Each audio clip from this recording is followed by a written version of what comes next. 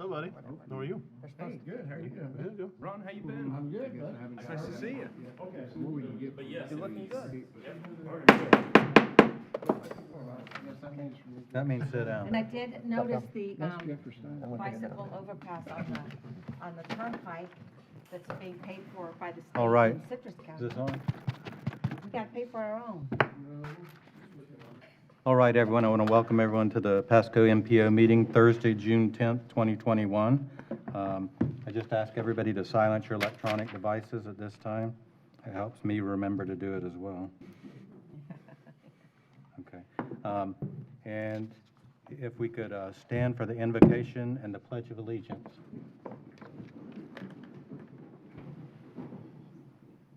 O merciful Creator, your hand is open wide to satisfy the needs of every living creature. Make us thankful for your loving providence, and grant that we, remembering the account that we must one day give, may be faithful stewards of your good gifts. Amen. Amen.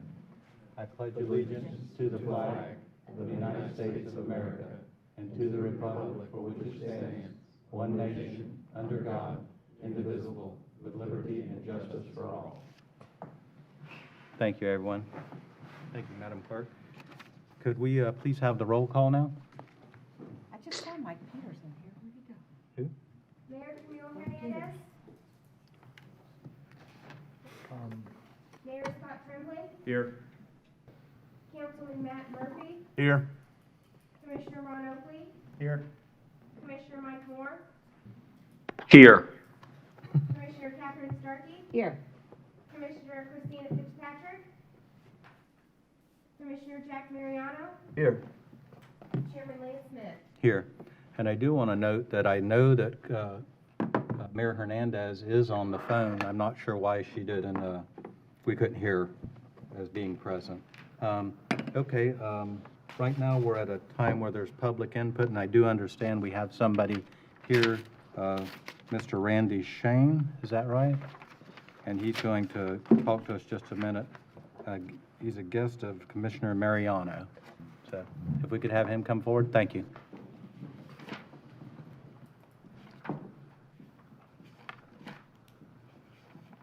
Good morning. Bear with me. I have hearing aids. I'm trying to get them set right, so it's that age. I won't take up too much of your time. I'm Randy Shane with Asphalt Paving Systems. We're from 9021 Wire Road, Zephyr Hills, Florida. Just a little why I'm here today. We're going to be doing a presentation at the August meeting, and I passed everyone a handout.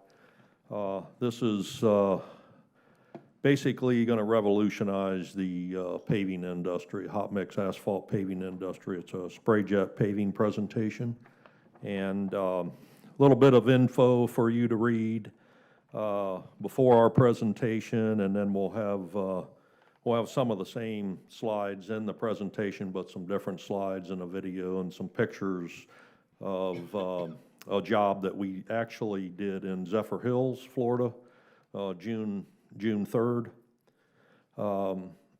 That went very well. And then we've also, just so everyone knows, we've also done some work for Pasco County a couple months ago. So that some of that data is in here as well. But if anybody has any questions, that's why I'm here today. But if not, then I just wanted to introduce myself, and we'll be seeing you in August. Mr. Chairman? Sure. Randy, thank you for coming out here, and thanks for the presentation. My mic on? Yes, sir. Okay. When you were out in Zephyr Hills and you put that display on, you had people from all over the state there. Talk about the application part of where it's 100% not contaminated, and how you actually take care of the seams on the joints and what you end up with the end product, which we'll see in the data. Yeah, you'll be seeing that in the video. It's 100% trackless. That's one of the keys to the spray jet paver. The tack coat was a polymer modified tack coat, goes down right ahead of the asphalt. No equipment's running through the tack coat, which kind of gets spread out, taken up where it belongs. What was the other? And the seams? Oh, the seams, yes. when you're paving a road, typically you're gonna have a joint, you know, a seam or a joint in the center, but that joint is actually sprayed again in the second pass on top of that joint for a superior bond in that joint as well. So that's where typically, I don't know if you drive down a road, that's the first thing you're gonna see is where they put the two layers together, you're gonna see a crack, or that's where it's gonna delaminate, or, you know, most hot mix paving, that's where you're gonna see deficiencies first. So this is getting actually another layer of tack coat for that bond between the two asphalts. It's a bit stronger as well as far as the bonding. It's like 22% stronger. Yes, that's in the handout I gave you. We did some shear testing out on Little Road. We did one side of the road with the spray jet paver, and the other side, the other lane, not the other side of the road, but the other lane, conventional. So we did cores in each section, which is in the data, and yeah, it's about 23% stronger shear, which your shear strength is basically delamination, shoving, things like that. So we're getting a lot better bond, which is making pavements last longer. And no extra cost, really. And not a lot of extra cost either. No. Right now, it's the same cost as conventional paving. I mean, everything we did for the county was the same cost. What we did for Zephyr Hills was the same as it would have if we just would have used conventional. Thank you. And you did First Street in Zephyr Hills, didn't you? Is that the street you did? Yes. Okay. Yes. Because I noticed that and like you said, there's no seam where the two are coming together. I couldn't see one. Yes, yep, there's a seam there, yes, on First Street. There- We did from Old Fifth down to, if you go north to 301, Okay, where 301 comes in. okay. Yeah, so, interesting, very I interesting. think it'll be good to hear it, so appreciate it. I appreciate you getting him here, and thank you for taking the time to come here Yep. today. Yep, no, thank you. If anybody's got any questions, my contact info's in the back, call anytime, so, thank you. Thank you. All right. All right, I do know we have a full agenda today, so let's try and move through it. The next item we have is, if there's any more public input before I move to the next item? Anybody called in? There is? Moore. Okay. Moore and Fitzpatrick have joined us. Oh, I'm sorry. See I that. thought, so we do have, and Commissioner Moore was here, and Commissioner Fitzpatrick is now with us. Is there anybody else? Yes, I was with us. It wouldn't let me unmute to say here. I said here. Well, good. We're glad you're here with us today. Okay, is there any more public comment? Is there anybody at any of the kiosk or anywhere else? No? So we're good. We're going to move on to the next item, which is the minutes of the prior meetings. Second. Have a motion and a second for approval. All in favor? It's voice vote still, right? Is it voice vote still? Roll call. Roll call, I'm sorry. Okay. Okay. Okay, and we do have a roll call vote on this item. Mayor Scott Tremblay, Yay. Councilman Matt Murphy, Yes. Commissioner Ron Oakley, Aye. Commissioner Mike Moore, Aye. Commissioner Catherine Smith, Commissioner Christina Fitzpatrick, Aye. Commissioner Jack Mariano, Aye. Chairman Lance Smith. Aye. Thank you. Motion passes unanimously. Okay, and that was all of the minutes. So we will move to the MPO Advisory Committee reports. Who's going to give the BPAC today? So, go ahead. Tina Russo, Active Transportation Planner for MPO.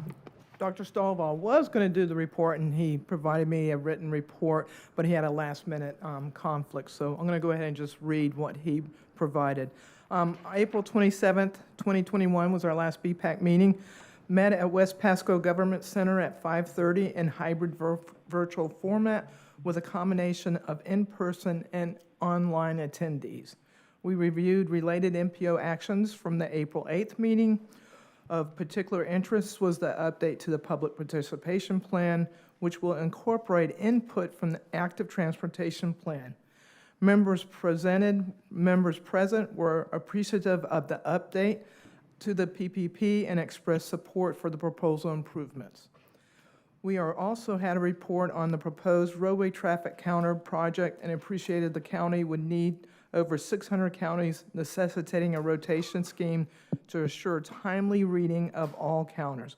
Members expressed an interest in rolling out a similar counter program across Pasco County trail systems.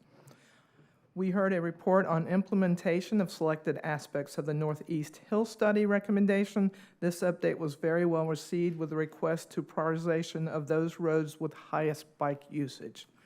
There was some discussion on the continuing need to add shoulders to most of the roads in this study as a means of increasing safety. We learned to additional safety signage had been deployed already. Included in this update was a report that Sharber Road had recently been resurfaced. There was a mention that USDA may have a program that could help fund the additions to shoulders, and staff was requested to investigate this potential funding. We were very pleased to learn that all projects are now being included in a single priority document, which will make it much easier to keep track of progress for any given project. We reviewed data for the trail counter pilot projects with great interest. It was noticed that the weather can greatly impact trail use on any given day, which emphasizes the need to long-term deployment of counters. Staff was praised for conducting the pilot study. Staff reviewed a new safety data tool called Signal 4 Analytics. This tool is very powerful in its presentation of a variety of crash data in a graphical format. It makes it very easy to get a feel for places in the county with high accident frequencies. The general tool is available for all review at signal4analytics.com. A login is required to access the site fully, which includes much greater detail, including the ability to view individual accident reports from any incident included in the system. Finally, May is National Bicycle Month. All right, thank you, Tina. Does anyone have any questions? If not, we'll move to the CAC meeting, and I don't see Melanie here, so Carl, you going to give it? I was going to say, I'm not seeing Melanie. I'm on here. my- Oh, good. she is there. I'm sorry. I'm here, Thank you. yes, thank you. I'm sorry I couldn't be there in person, but I'm going to give you my report. Good morning, and thank you for allowing me to be here with the CAC met on May the 5th at the West Pasco Government Center, starting at 9:30 a.m. 5 members were in person, 1 virtually. A new appointment by Commissioner Starkey, Major James Mallow of the Pasco County Sheriff's Department, was introduced and welcomed to the CAC. Annual elections were held, and I, Melanie Murphy, was voted in as chairman with Marilyn Deschamps as vice chair, and I'm excited to be able to share with you this year. And the committee reviewed and approved all action items coming before you today. The items the CAC showed much interest in were the floor for transportation disadvantage, the public participation plan, the development of traffic count methodology, the LRTP amendment for 98, where the Fdot representative Jim Benson Hackett and Ashley Hensel gave presentations on the project. Discussion was held about the addition of roundabouts. Tom Ryan from PEDC questioned whether roundabouts should be placed on a major route for truckers and long haulers. The committee agreed that this should be looked at closely. Ashley informed the committee that an Fdot meeting will be held on June 24th at Ridge Manor at 30 for public input. The LOPP, the draft priority project, a new spreadsheet was shown how the priority projects are changing and will be presented to committees. There was concern about how some of the priorities are changing. The CAC was asked to input on the projects once the document was approved to send out to committee. Presentations were given by Fdot on the non-motorized deployed counter along with data by Tina Russo. The CAC was excited about hearing about these counters and felt the information gleaned would help the county in future planning. Signal for crash analysis by Tina Russo was given too. Much information was shared and commented on. The committee felt this tool will be a great resource for our county. Casey Kersey reported on May as National Bicycle Month and asked for support of the CAC. The PCPT showcased their new branding, which I know they're bringing to you today, and we were excited to see and hear about that. The discussions that were held were that Chris Poole, who is on our committee, has moved to the Planning Commission.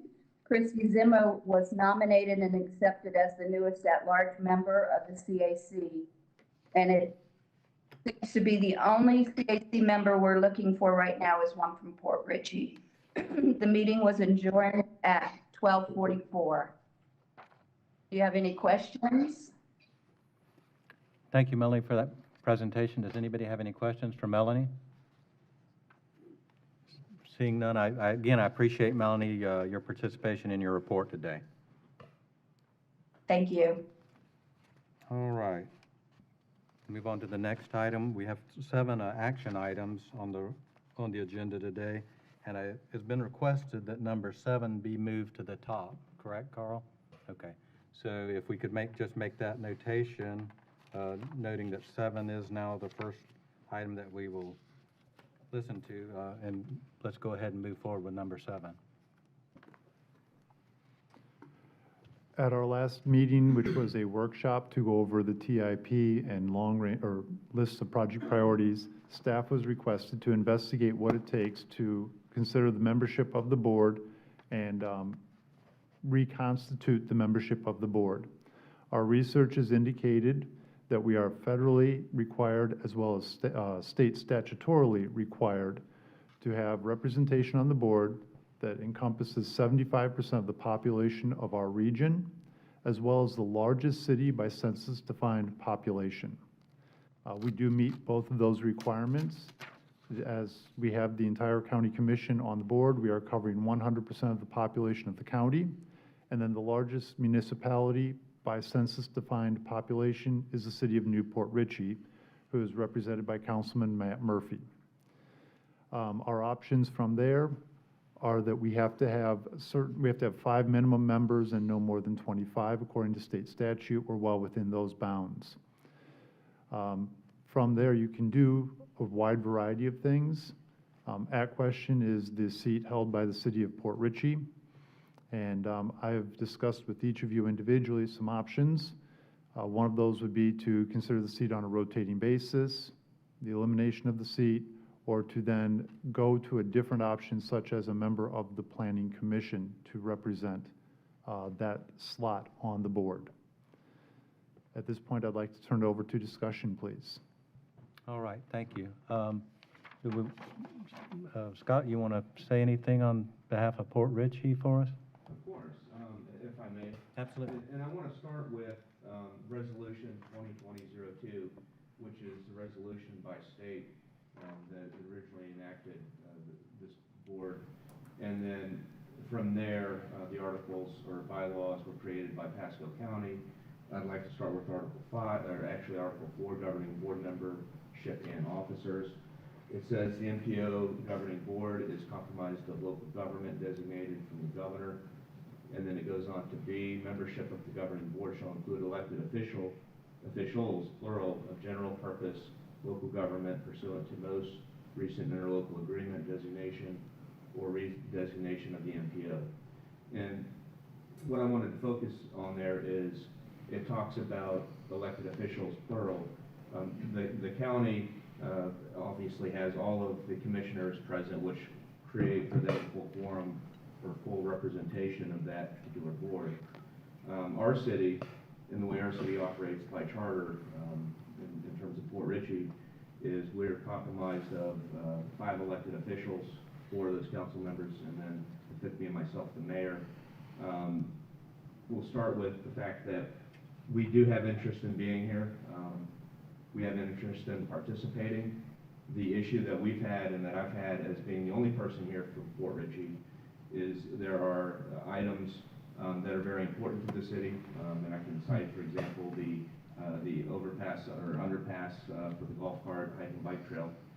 And one of the concerns that I have is I am in a position where I don't like to vote as it now mine citywide in this particular board, when by charter, by our city charter, it really should be a majority of elected officials, which would compromise a quorum of at least 3. So having just one doesn't really pass muster with our particular charter.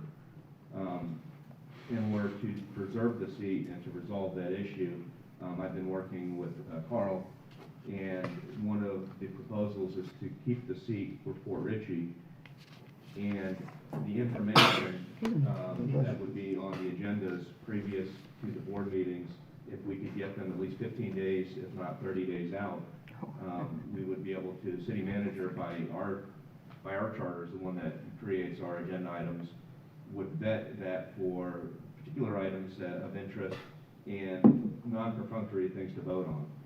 Obviously, voting perfunctory here is a non-issue, and I'm comfortable with that. Voting for substantive issues without talking to my counsel, I'm uncomfortable with. But the point is we would then be able to put it on our agenda item, talk about it as a city or a cohesive group as a whole with our forum, and come back with a vote that would represent all of the people of Port Ritchie as opposed to 1 out of 5 members on our board. So that was how I wanted to proceed or make a recommendation. The other part of the discussion, I would move on to just looking at the rest of the bylaws. And one of the things that I noted is that there was not a voting requirement or attendance requirement in the Pasco bylaws nor in the bylaws laid out by the directions of the governor in the original bylaws by state. The reason that I point that out is that sometimes there are items that we may not vote on that may have particular interest to, for example, Zephyr Hills or Dade City, but don't really have any bearing on the folks in Port Ritchie and in our constituents. So for those reasons, sometimes we may abstain from voting on those issues. That having been said, that's how we wanted to proceed. And I've talked to Carl, and I believe he's able to meet that so we can come in and vote as a cohesive group as a city. The other thing I'd like to point out, and I see, I wanted to recognize our vice mayor is present. There's been several meetings that I could not attend, and I've asked him to attend. There's been several meetings that he's attended and either not been recognized or had some technical difficulties getting in. And there's been some correspondence back and forth. So while the record may reflect that there's been some meetings that show Port Ritchie is absent, we've actually had a member in those particular instances, the vice mayor present, and was unable to be recognized as his microphone was muted the entire meeting. So those are some of the issues that we've had. We did want to make it clear that we do have an interest in this board. We have an interest in working with not only the county but other cities, particularly our sister city, Port Ritchie, who is right next to us. And we do have some overlapping projects, so we will not only want to continue to hold the seat on the board, but outside of these board meetings, we will continue to cooperate and meet with the appropriate jurisdictions. And the hike and bike trail is another example where just last week we had a meeting with our city, the city management, myself, Port Ritchie was there, the county was there, and we were discussing different issues of hike and bike trail. So we will continue to not only engage in this board, but outside this board as well. Thank you, Mayor Tremblay. And what I want to say is I'm happy that you're here today. I'm happy. We want the input of Port Ritchie. We feel like I feel like it's needed, very much needed. I think we're all in this together. I think we work together on everything. I think the county and the municipality as a whole work very well together. So I appreciate you being here, and I'm sorry if the technical difficulties didn't reflect an attendance. However, it's been a little difficult the past year for sure, having the meetings, but I sure appreciate you being here today, and I'll just open it to the rest of the board now. Jack, you want? Yeah, I'll go. Commissioner Ferriero. So let me ask the city of Port Ritchie, Zephyr Hills, and Dade City, how is your charter set up where you can actually sit here and make a decision what you think is best for your city? Do they empower you to do that? Is something in your charter different from Port Richey, do you know? Well, I don't even know that our charter, our particular charter considers that at every reorganization, we delegate responsibilities as a body to certain individuals to sit on different boards. So, technically and legally, I don't know if that's correct, but that's how ours is given, so. And we're the same way too. We delegate, board to each member, and we come back, but we do discuss it. We come back and talk about it as a group and discuss it.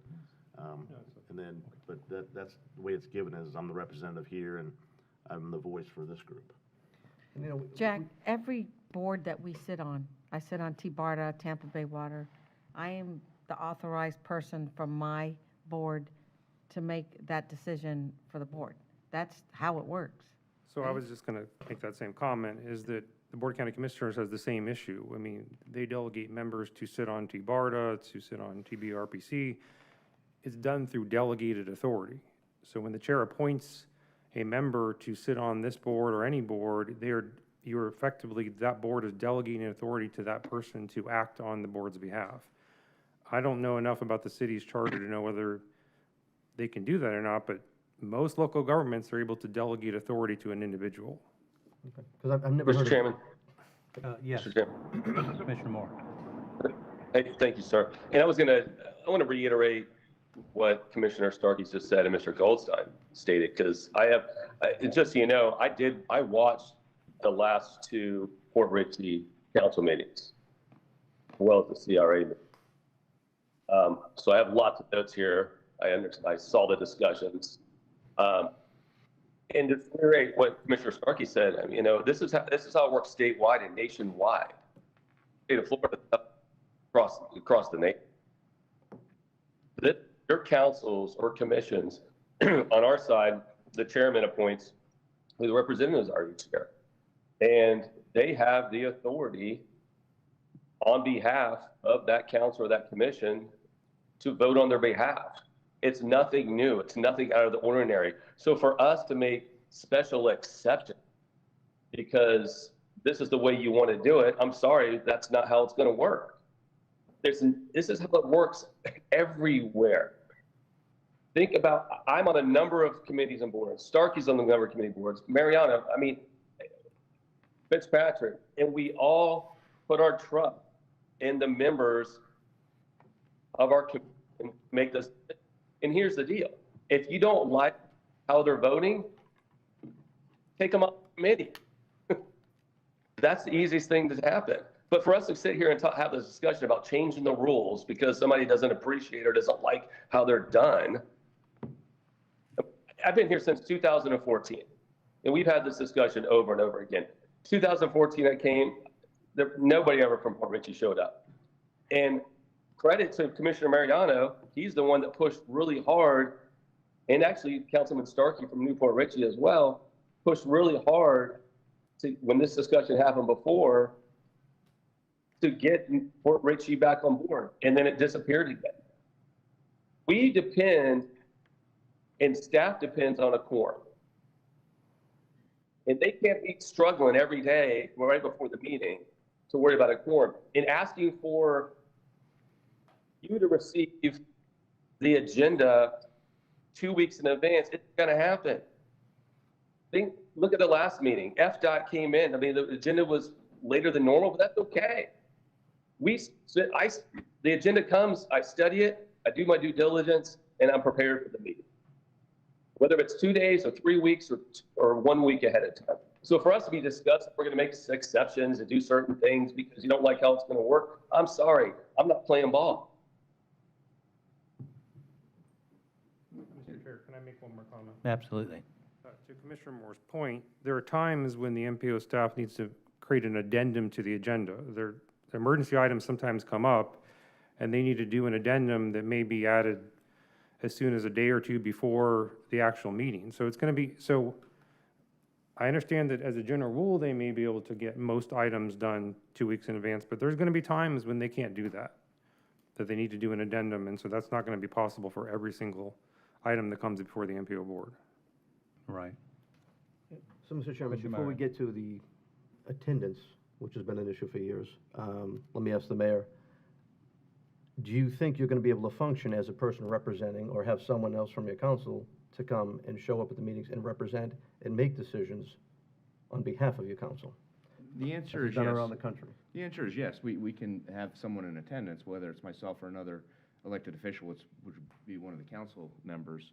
We'll be able to, between the five of us, juggle that and have someone here.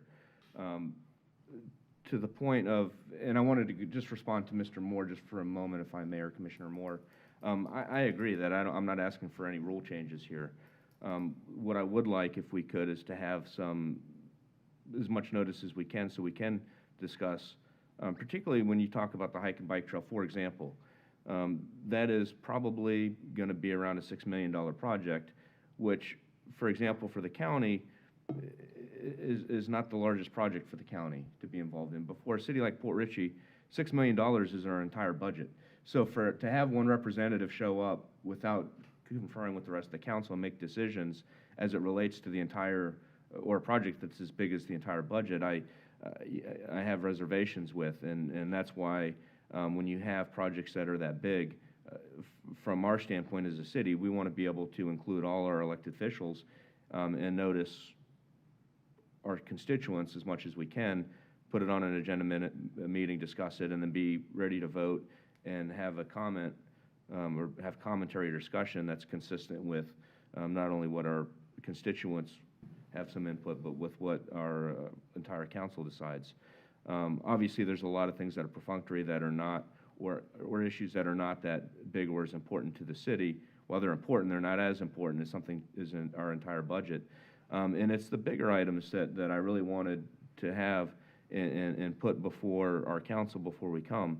And I think that we're probably able to do that.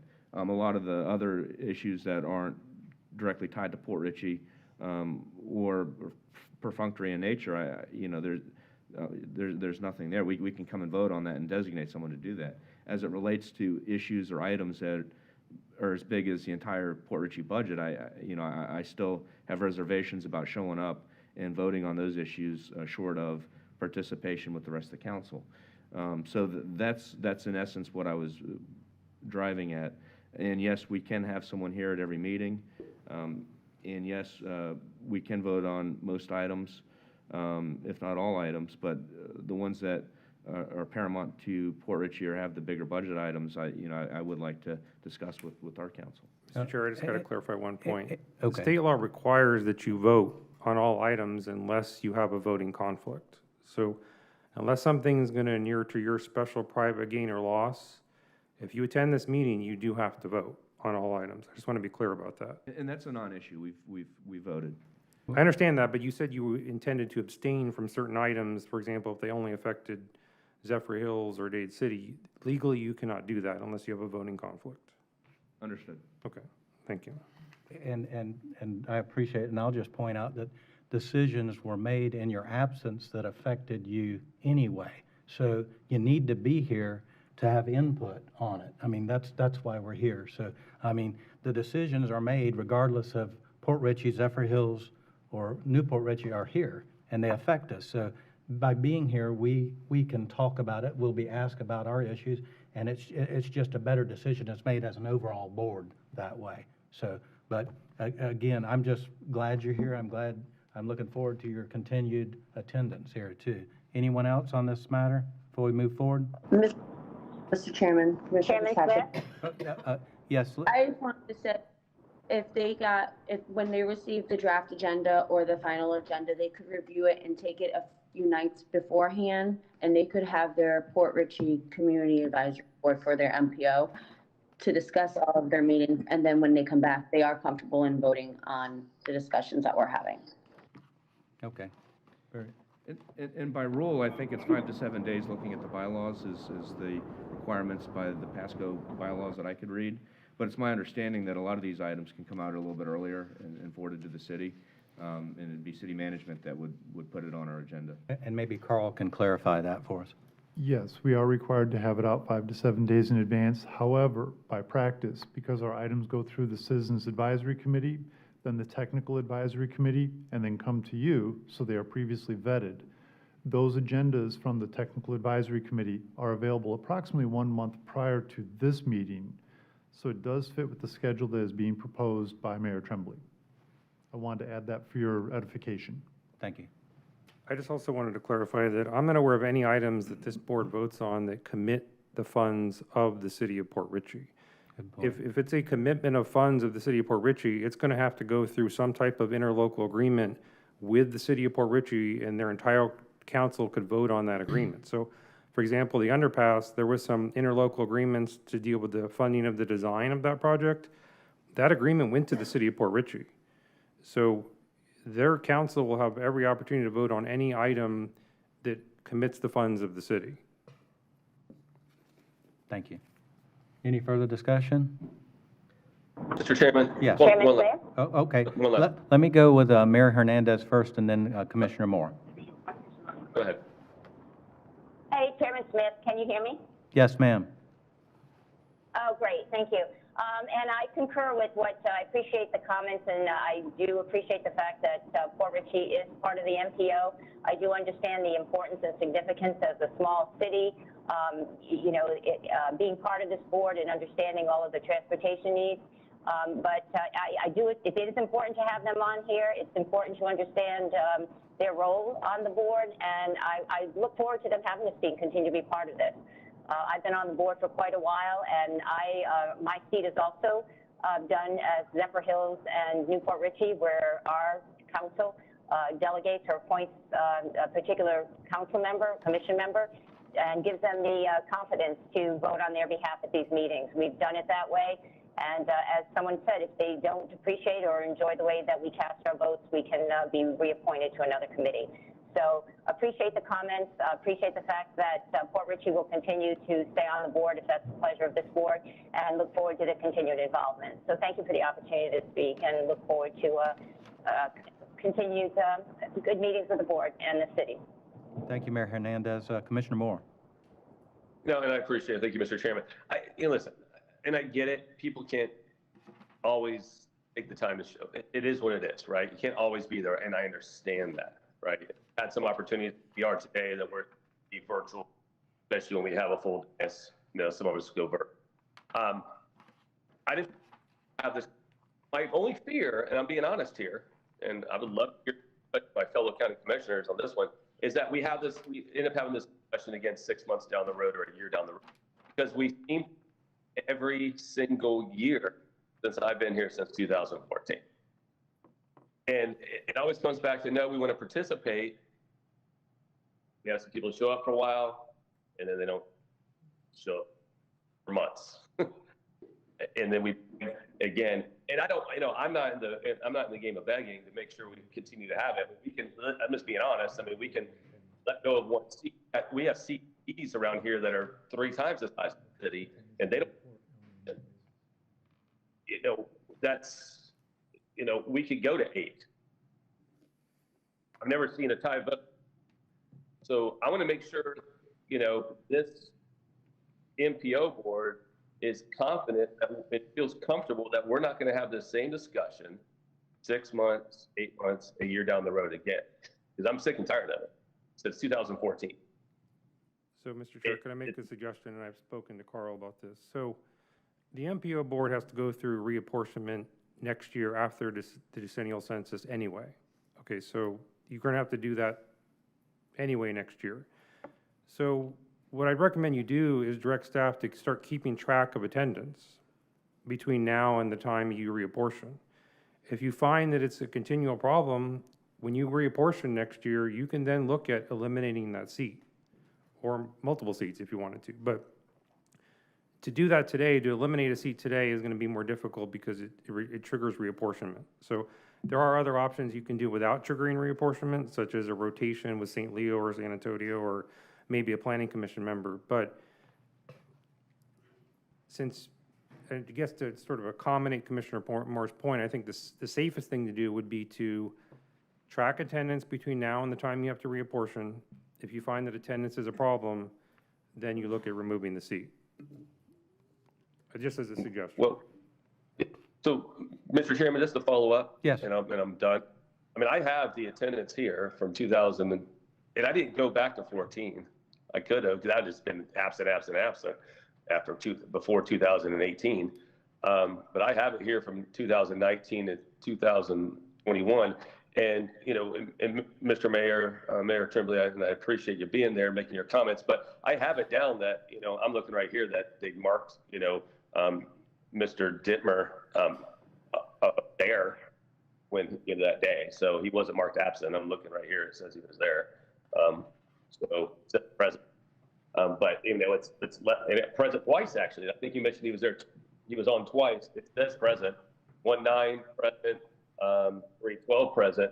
But we also have between then and 2019, you know, absent, present, absent, absent, absent, absent, absent, absent, present, absent, present, absent, present, present, absent, absent, absent, absent, absent, absent. So for anybody wanting to know what the attendance is, there it is. And that's just from 19. Again, back to 14, from 14 to 18, then it's pretty much across the board. Commissioner, thank you, Commissioner Moore. Commissioner Mariano. Yeah, Carl, you and I talked yesterday, and we talked about, you know, we want to have representation on the west side. It's important for the county, want the city to do it. Maybe they'll stay up, and we'll talk about that. If in fact that we were going to replace them, could we pick a citizen from, let's say, up and down the coast that could work, or does it have to be an elected official? So, go ahead. Yeah, we've discussed this. The answer is generally no. It generally has to be an elected official. There is an exception, though, for a member of a statutorily authorized planning board. So it is possible that you could, a member of the planning commission could serve on that seat. Okay. Also, a member of a transit provider, it's possible could serve in that seat. Or there is the possibility of rotating the seat with St. Leo and San Antonio and having them, but I understand that doesn't address your concern about West Side representation. If you wanted to ensure West Side representation, my recommendation would be that it be a member of the Planning Commission, but you structure your criteria so that it has to be somebody from the Planning Commission that lives west of a certain roadway, you know, west of Little Road or something to that effect. Okay. All right. I'm going to say that, you know, I think it's a representative form of government here. It's been done all over the country. You know, at the last meeting, you know, Councilman Murphy brought up that they had pulled off the underpass. There was no one here from Port Richey. No one here to answer any questions about what was going on there. And that's an agenda item everybody had from the city of Port Richey. The biggest investment we're going to make is right there. It was the top priority item that got pulled off, and no one from the city was here to even say anything about it. I mean, we need you guys to show up. And if you need the time to go talk with each other, set your meetings up where you can do a precursory meeting through yourselves before this meeting's going to happen. But the extra burden of staff to have to do any more than what they're doing for everybody else is just not right. So I'm comfortable giving you guys the time until the next reapportionment would happen. And let's keep a track in the attendance, and let's get some participation, because this is a big project coming up. And that's going to be one of the topics coming up that I'm going to be discussing, I know you are too, that we want to get that thing back and funded. It was a top priority item, and now it's unfunded. So I'm comfortable going forward to give you guys the opportunity to take a shot, to get involved all the way through. Anyone else? I think it's very important to have all our municipalities have a voice on this board, but I do also think attendance is extremely important. Attendance doesn't take it into consideration, whether we need to bylaws, but attendance needs to be accounted for. Okay, so I think we've talked about this matter. At this point, everybody has an understanding. I don't hear anybody making a motion or wanting to take action on this, so are we of the consensus that we'll just kind of go through till the next census comes through when we have to reapportion? Is that, I see heads nodding, does that sound okay? That's okay. Okay, well, let's go forward. Again, we're glad you're here. We need your input, okay? All right, thank you, staff, for the background and the information. It was helpful. Makes me want to go check my charter and make sure everything's cool with it. All right, now, let's see, that was, help me out here, was that was 7, wasn't it? Was that? that right? That was 7 first, so now we're on 1. Okay, so let's go with item number 1 now. Thank you, Chair. This is an update to our public participation plan. This item was presented at our April 8th meeting in draft form. We are required by the federal rules to do a 45-day public comment period on this for any changes, updates, etc. We have completed the 45-day public comment period. We received no comments. We are asking for your approval today. Move approval? Second. I have a motion and a second for approval. Could I please have the roll call vote? Mayor Camille Hernandez, Aye, yes. Mayor Scott Tremblay, Aye. Councilman Matt Murphy, Aye. Commissioner Ron Oakley, Aye. Commissioner Mike Moore, Aye. Commissioner Catherine Starkey, Aye. Commissioner Christina Fitzpatrick, Aye. Commissioner Jack Mariano, Aye. Chairman Lance Smith. Aye. Thank you. Motion passes unanimously. All right, item number 2. Thank you, Chair. This is a long-range transportation plan amendment to bring in the US 98-301 corridor. I believe we have a PowerPoint presentation available from Florida DOT. Okay. So, Mr. Justin, if you'd like to take us away, please. Okay, so under Justin, if you'd like to take. That's funny, I'm hearing Yeah, it's a the delay. I'm hearing Carl twice. I don't know if it's a good thing or not. No, I'm just kidding, Carl. My name is Justin Hall. I'm with the Florida Department of Transportation District 7. I've got Ashley Hensel here as well, so I'm going to hand it off to her at some point. So just a kind of a quick start, we're here to, I guess, request in coordination with the MPO and LRTP amendment to add in the US 98, US 301 corridor. So this is a project we've talked about at a past meeting, So the big thing here, this is a regional freight corridor. It serves as an alternative route to I-75, and it increases capacity along the US 98-301 corridor from Polk County all the way up connecting to Hernando County and through eastern Pasco County. And one thing too with this corridor, you know, while it's a freight project first, that's how it secured the funding, it's also going to address safety and some operational improvements along the corridor as well. So it's broken up. Oh, do you want to drive? I can tell you next slide. We're good. I'll say next slide. That works for me. Don't need 2 drivers here. So it's broken up into multiple projects in District 7. So the first project in District 7 is from the Polk County line to where US 301 and 98 meet. I don't know if you guys remember, there also was an appropriation there for realignment of 98 at that intersection. That project is within existing right-of-way with the exception, I believe there's some right-of-way for floodplain compensation and stormwater impacts. Next slide.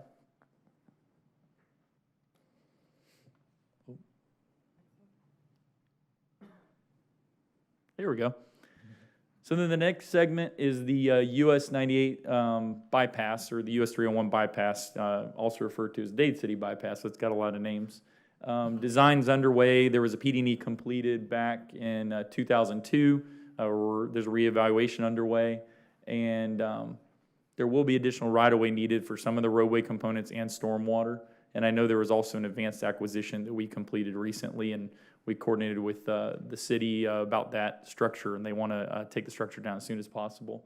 And there's also the potential for roundabouts in that corridor. So, next slide. And I believe this is where I hand it off to Ashley. Good morning. My name is Ashley Hensel. I'm a representative with the Florida Department of Transportation, and I'm the project manager on this PD&E study. I also have with me today Jeff Novotny. He's with American, and he's our consultant PM on this project. So this project is along US 301 from south of US 98 to State Road 50 in both Pasco and Hernando counties, and it's a distance of approximately 4 miles. The existing right-of-way varies throughout the corridor with a minimum width of 100 feet. We will need additional right-of-way to accommodate roadway improvements as well as floodplain compensation sites and stormwater management facilities. And we'll be holding a public hearing on June 24th in about just 2 weeks, both virtually and in person, and I'll get to that kind of later on in the presentation. Next slide, please. So as Justin mentioned, US 301 is a main north-south arterial highway in both Pasco and Hernando counties, and it connects to a number of regionally significant corridors, including State Road 50 and US 98. The purpose of this project is to widen US 301 from a 2-lane undivided facility to a multi-lane divided facility to address existing safety issues and to accommodate future traffic growth. This particular segment has a high crash rate that ranges from 2 to 5 times the statewide average for similar facilities. US 301 is an important freight route that spans all the way from Sarasota to Delaware, and this particular route serves as an alternative route to I-75 and has the potential to safely accommodate higher truck volumes. As I mentioned, the proposed improvements include roadway widening, stormwater management facilities, floodplain compensation sites, as well as various intersection improvements, median modifications, and multimodal facilities. Next slide. So this is the existing roadway typical section. As you can see, the current typical is a 2-lane roadway with 4-foot paved shoulders in Pasco County and 6-foot paved shoulders in Hernando County. The existing right-of-way along the corridor varies with a minimum of 100 feet. Just north of the Pasco County line, there's an existing bridge over the Withlacoochee River with 2 12-foot lanes and 10-foot paved shoulders. There are no sidewalks, multi-use trails, bike lanes, or other multimodal facilities within the project corridor, with the exception of 6-foot sidewalks on both sides of 301 south of Coomer Road. Next slide. The proposed typical section includes 4 lanes, 2 in each direction, separated by a 40-foot median. A 10-foot trail will be provided on the east side.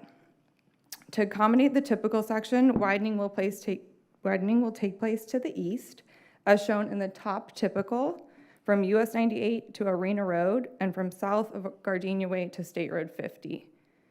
Widening will take place to the west between Arena Road and south of Gardenia Way. Next slide, please. A new bridge will be constructed on the west side of the existing bridge and will carry the southbound traffic. A bridge for the 10-foot pedestrian trail will be constructed on the east side of the existing northbound bridge. Next slide. Stormwater management facilities or pond sites and floodplain compensation sites were evaluated along the corridor through an environmental look-around process. This ELA process evaluated converting land use types to improve water quality in the basins along the corridor. This will require 5 off-site ponds and 4 off-site floodplain compensation sites.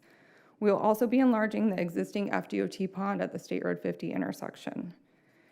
These improvements will require approximately 91 acres of right-of-way to accommodate the ponds and floodplain compensation sites. So we have already evaluated the environmental effects along the corridor. Those include natural resources such as wetlands and threatened and endangered species, cultural resources for archaeological and historic sites, social and economic resources, including impacts to the community, and physical resources for noise and contamination impacts. As I mentioned, this project will require additional right-of-way. We anticipate 36 full or partial right-of-way acquisitions, including 1 residential relocation and 2 business relocations.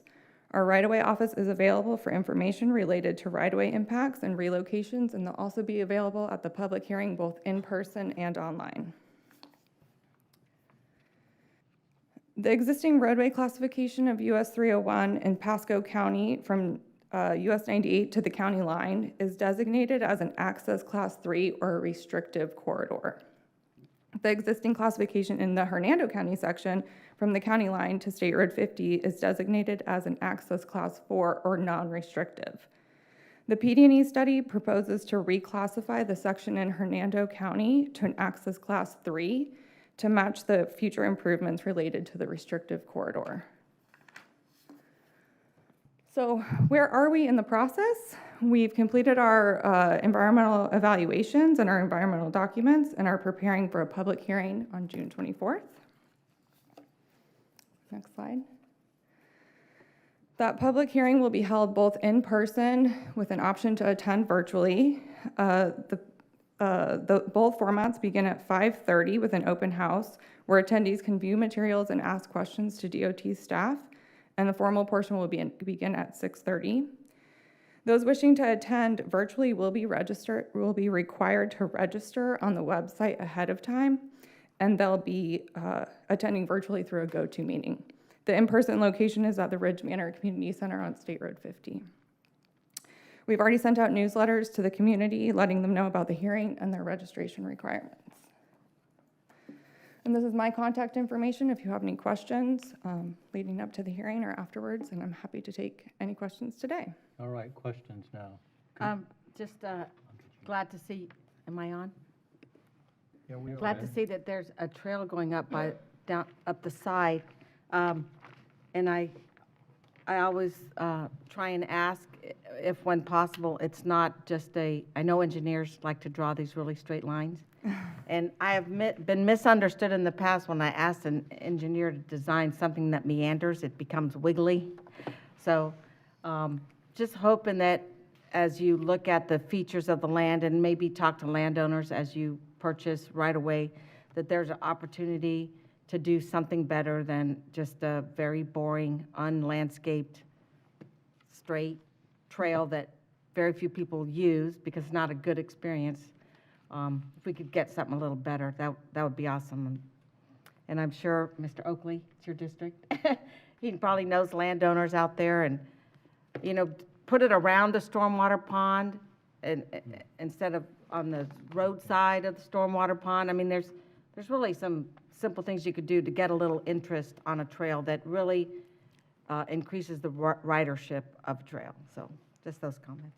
Thank you. I just want to Commissioner say we're very appreciative of District 7 coming to us and telling us ahead of time that this was coming forward. So it's well needed, and it's at a time we've got probably the highest growth in the state in our county. So, but District 7's done a lot of work. I'd say over $400 million worth of state money's going to roadways here in our county. And when you lay that on top of our county, it's quite a maze of roadways connecting east, west, north, and south, and a lot of improvements happening. And it should be because we got so much population coming in our county. So this is very much welcomed and very much needed. And I know friends I have in Polk County, commissioners over there, are looking forward to connecting that 4 lanes from Dade City over to Polk County. So it's all very good, and I hear a lot of good things about people expecting it and wanting to see it come as sooner than later. So, Thank you. yeah, thank you. That's our active transportation planner, and I'm sure she could, maybe we could look at that route, Tina, and as they start working on it, we can help put some good features into it. Thank you. Thank you. Anyone else? All right, thank you Thank so you. much for the presentation. And this is an action item, so we do need some Move board to action. approve. Second. Have a motion and a second for approval. Could I have the roll call vote, please? Mayor Camille Hernandez, Aye. Mayor Scott Tremblay, Aye. Councilman Matt Murphy, Aye. Commissioner Ron Oakley, Aye. Commissioner Mike Moore, Aye. Commissioner Catherine Starkey, Aye. Commissioner Christina Fitzpatrick, Aye. Commissioner Jack Mariano, Aye. Chairman Lance Smith. Aye. Thank, Mr. Chairman, are we approving the whole plan? Is that what we just did? no, we just approved the amendment to the LRTP. Just the amendment? Okay, because Yes. I had a question on this plan. Okay, so and the motion does pass unanimously. Thank you. Thank you, everyone. Okay, let's go with item 3 now. Thank you, Chair. And I also want to express my thanks to the Florida Department of Transportation for bringing us this project to Pasco County. Good We point. Thank appreciate you. their partnership. So the next item before you is an amendment, or modification rather, to the Transportation Improvement Program. While you may question why is it that a construction document or document listing construction projects would include the planning for the MPO, It is for the fiscal accountability of the region. It is a requirement of FHWA. And furthermore, they explain that this way a member of the public can see all funding in the region in one place. So this is our planning dollars that are used by the MPO, and we are adding those into the TIP, or rather increasing them because of some funds that are available from previous years. We are seeking your approval of this item, please. Does anyone have any questions? Move approval. Second. Have a motion for approval and a second. Could I have the roll call vote, please? Mayor Camille Hernandez, Aye. Mayor Scott Tremblay, Aye. Councilman Matt Murphy, Aye. Commissioner Ron Oakley, Aye. Commissioner Mike Moore, Aye. Commissioner Catherine Starkey, Aye. Commissioner Christina Fitzpatrick, Aye. Commissioner Jack Mariano, Aye. Chairman Lance Smith. Aye. Thank you. The motion passes unanimously. All right. Item 4. Thank you, Chair. The fourth item is basically the corollary approval from the one you just approved. So we've rolled money from previous years forward, and they'll become available July 1 for the MPO.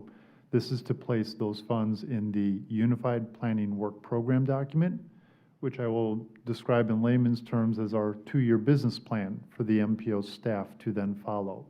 We are seeking your approval for this item. All right. Move approval. Have a motion for approval from Commissioner Oakley. Second. Second from Commissioner Mariano. Could I have the roll call vote, please? Mayor Camille Hernandez, Aye. Mayor Scott Tremblay, Aye. Councilman Matt Murphy, Aye. Commissioner Ron Oakley, Aye. Commissioner Mike Moore, Aye. Commissioner Catherine Starkey, Aye. Commissioner Christina Fitzpatrick, Aye. Commissioner Jack Mariano, Aye. Chairman Lance Smith. Aye. Thank you. The motion passes unanimously. All right, Carl, you want to give us the next item? Yes, please, and thank you, Chairman. The next item is the approval of our Transportation Improvement Program. It is a 5-year listing of projects to be completed within the Pasco County region. This is an annual process that we go through to adopt a new TIP and is done by all MPOs in the state as part of a budgetary process that ultimately goes through the legislature. This item was presented in draft form to you at our May 10th workshop, and I do believe we have a presentation that the DOT will be giving on this.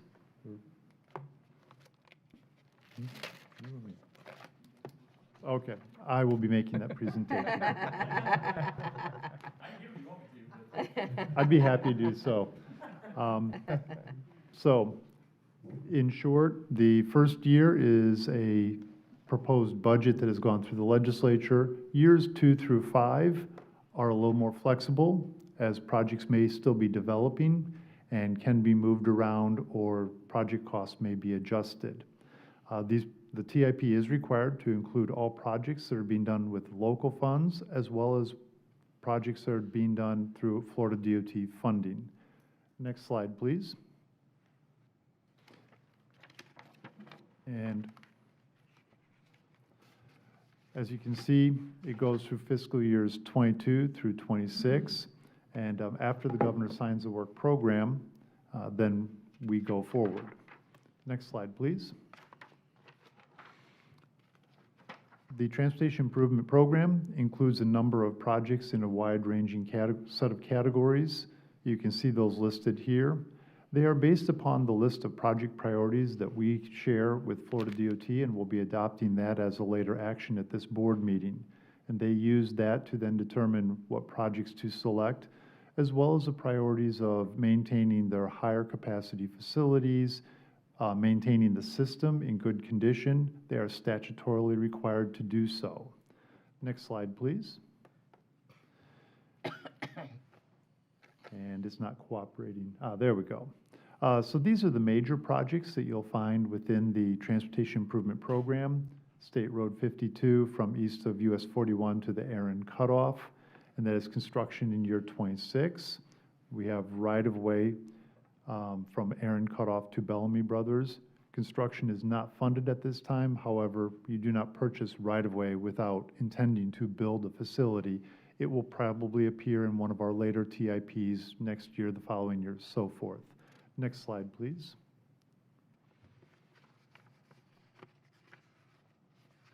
Oh, did we skip a bunch?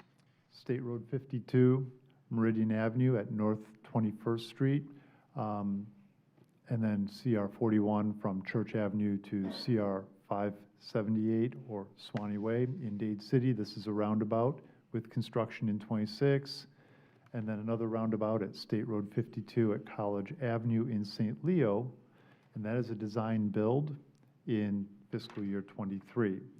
Next slide, please. Can I ask you a question? Yes, please. Are you going through what we have? It's not in the order that I have. Is it in the order that you guys have? Are you just pulling things out, not going through the? There is a slide presentation after the TIP, I believe, in your document. It may be a little bit further back.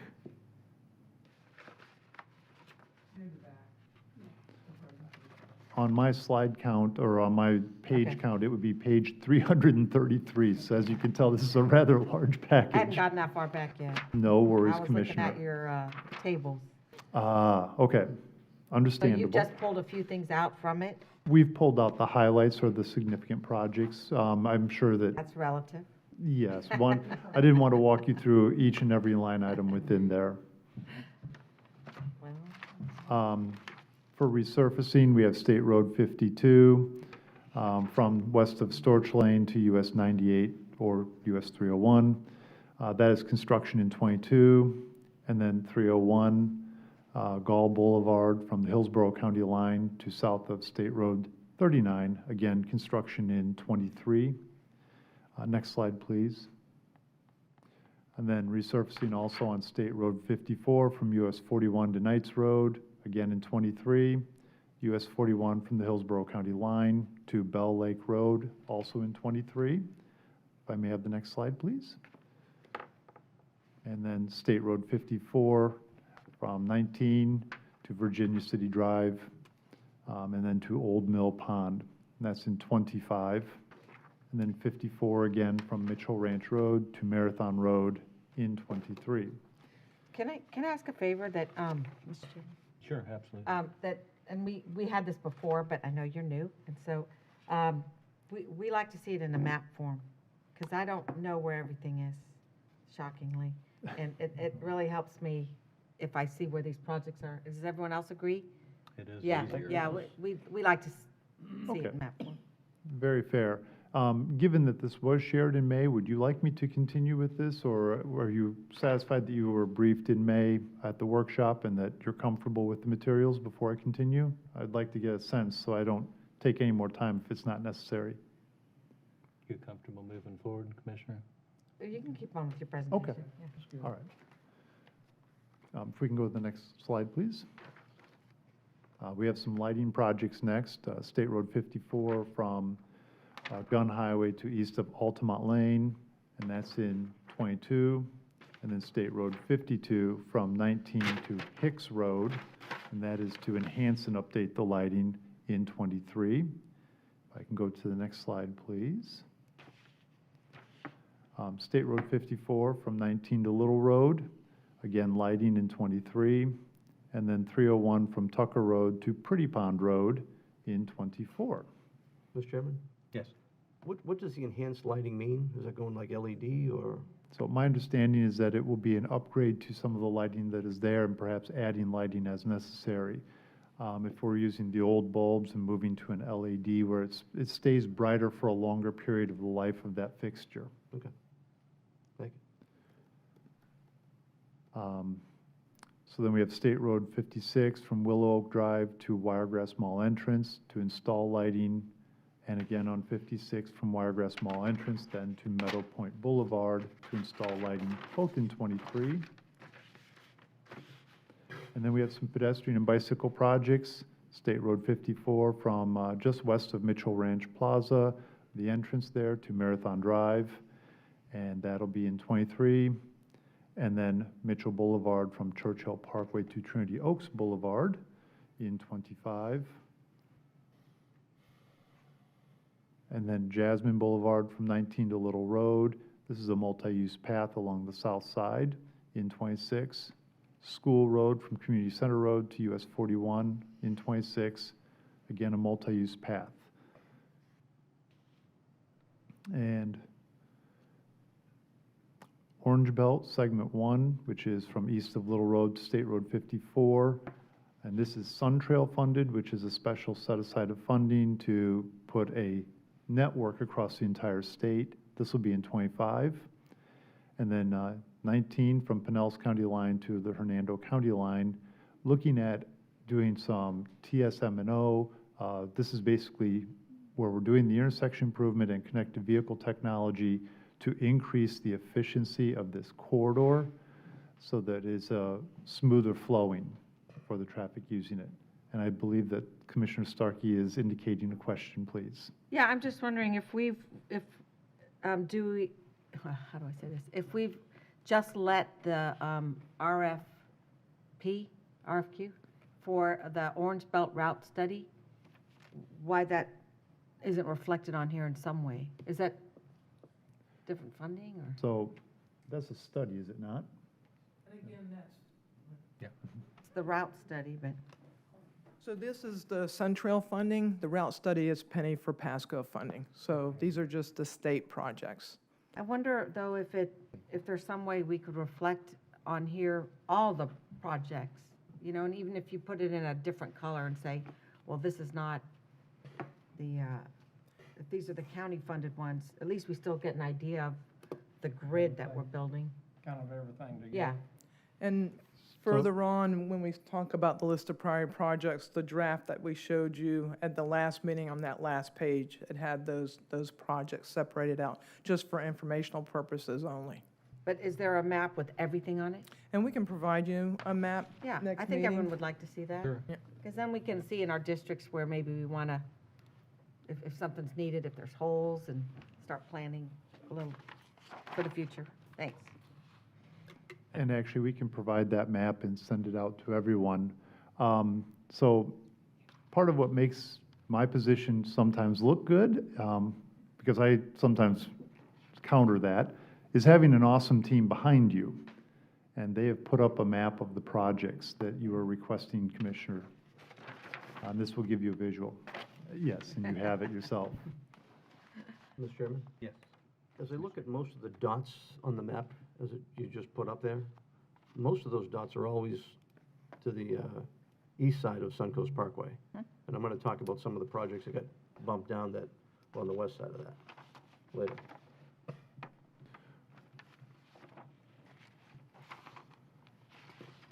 Some of those were on the west side as he went through. So we have one more slide. If we could, oh, here we go. Hold that up there for a moment, please. So yes, we have different categories of projects that are being shown, and we're seeing some diversity across the county. I think there was a previous slide to this, if I could, please. Okay, then going forward, my bad. The preservation, oh, here it is. And then, yes, the bike ped, as well as the traffic ops and safety. So the last thing to bring up is that the total list of projects is slightly over $300 million of investment in Pasco County. And it runs the gamut of capacity, resurfacing, bike ped, so forth. I want to say thank you to Florida DOT for the investment in Pasco County of such a large sum of money. And with that, I'll conclude the presentation, please.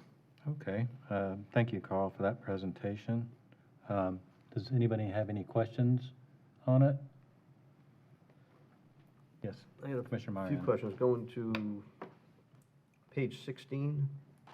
And this setup is different than what we've seen in years past, so it's a little bit hard to put together what was there, what wasn't there. But so page 16, the Cody River Underpass is now ranked number 7. It's listed as new. Why would it be listed as new? Is that in the list of project priorities, or is this in the TIP? This is in the Is that for 2020? regional trails.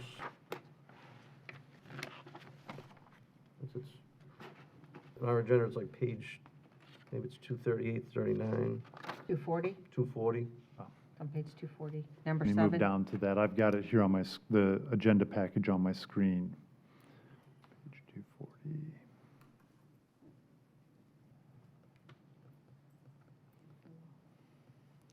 Is this the lot from last year? Okay, yes, that's the list of project priorities that were submitted last year that were then used to develop this TIP. And as I'm looking at this, so when it was presented last year as an item, apparently it had not been listed in the 2019 list of project priorities. And so it appeared in the 2020 list of project priorities. And so it would have been then listed as a new project. At this point, when it was submitted last year, it had a feasibility study completed, but it had not been given then a project number or ID. So it would appear in the TIP as a new project if it were to then be put into a TIP. So it's confusing as you go to page 247 of 396. Under 2019, it's listed as number 1. And then on 2020 priorities listed as NA. So it was a number 1 project on the active transportation program. We broke out the project list by funding type. The Transportation Alternatives Program is a very unique pot of funding, and it has very specific uses that it can be used for, and by nature, it prohibits its use on particular projects. So the Transportation Alternatives funding is used for projects of this nature, trailways, so forth. It was the first ranked project in the Transportation Alternatives Program in 2019. So when will this project be put in action again? So this is a project that we had discussions with Florida DOT recently, and the project is approximately a $6 million project. About $3 million of the project as it is currently proposed to involve golf carts.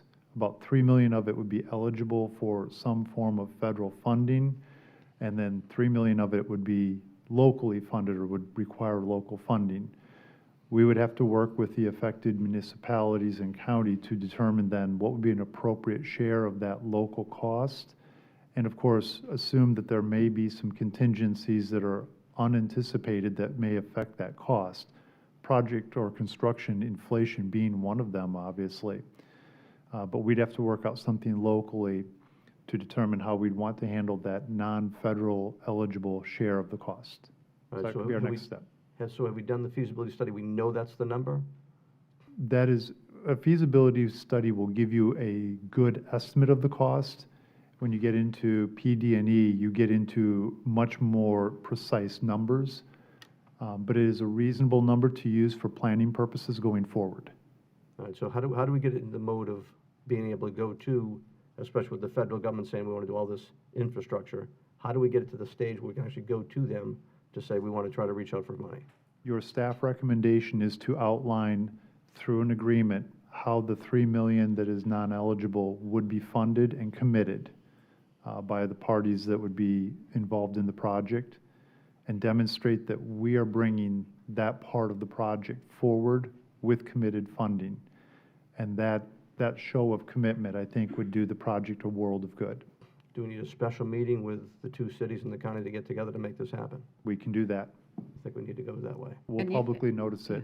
Well, I had asked for a workshop Mhm. with all 3. I don't know, Mr. Biles is not here, but I did ask for us to set up a workshop with Pasco County, Newport Richey, and Port Richey. Yeah, it's definitely We'll time. invite We all- need DOT at the table as well. Absolutely. We'll arrange something very soon here, and I will invite all members of the board as well as Florida DOT, so that if anyone wishes to attend, just to watch, as well as active participants, everyone has an opportunity to be included. Okay.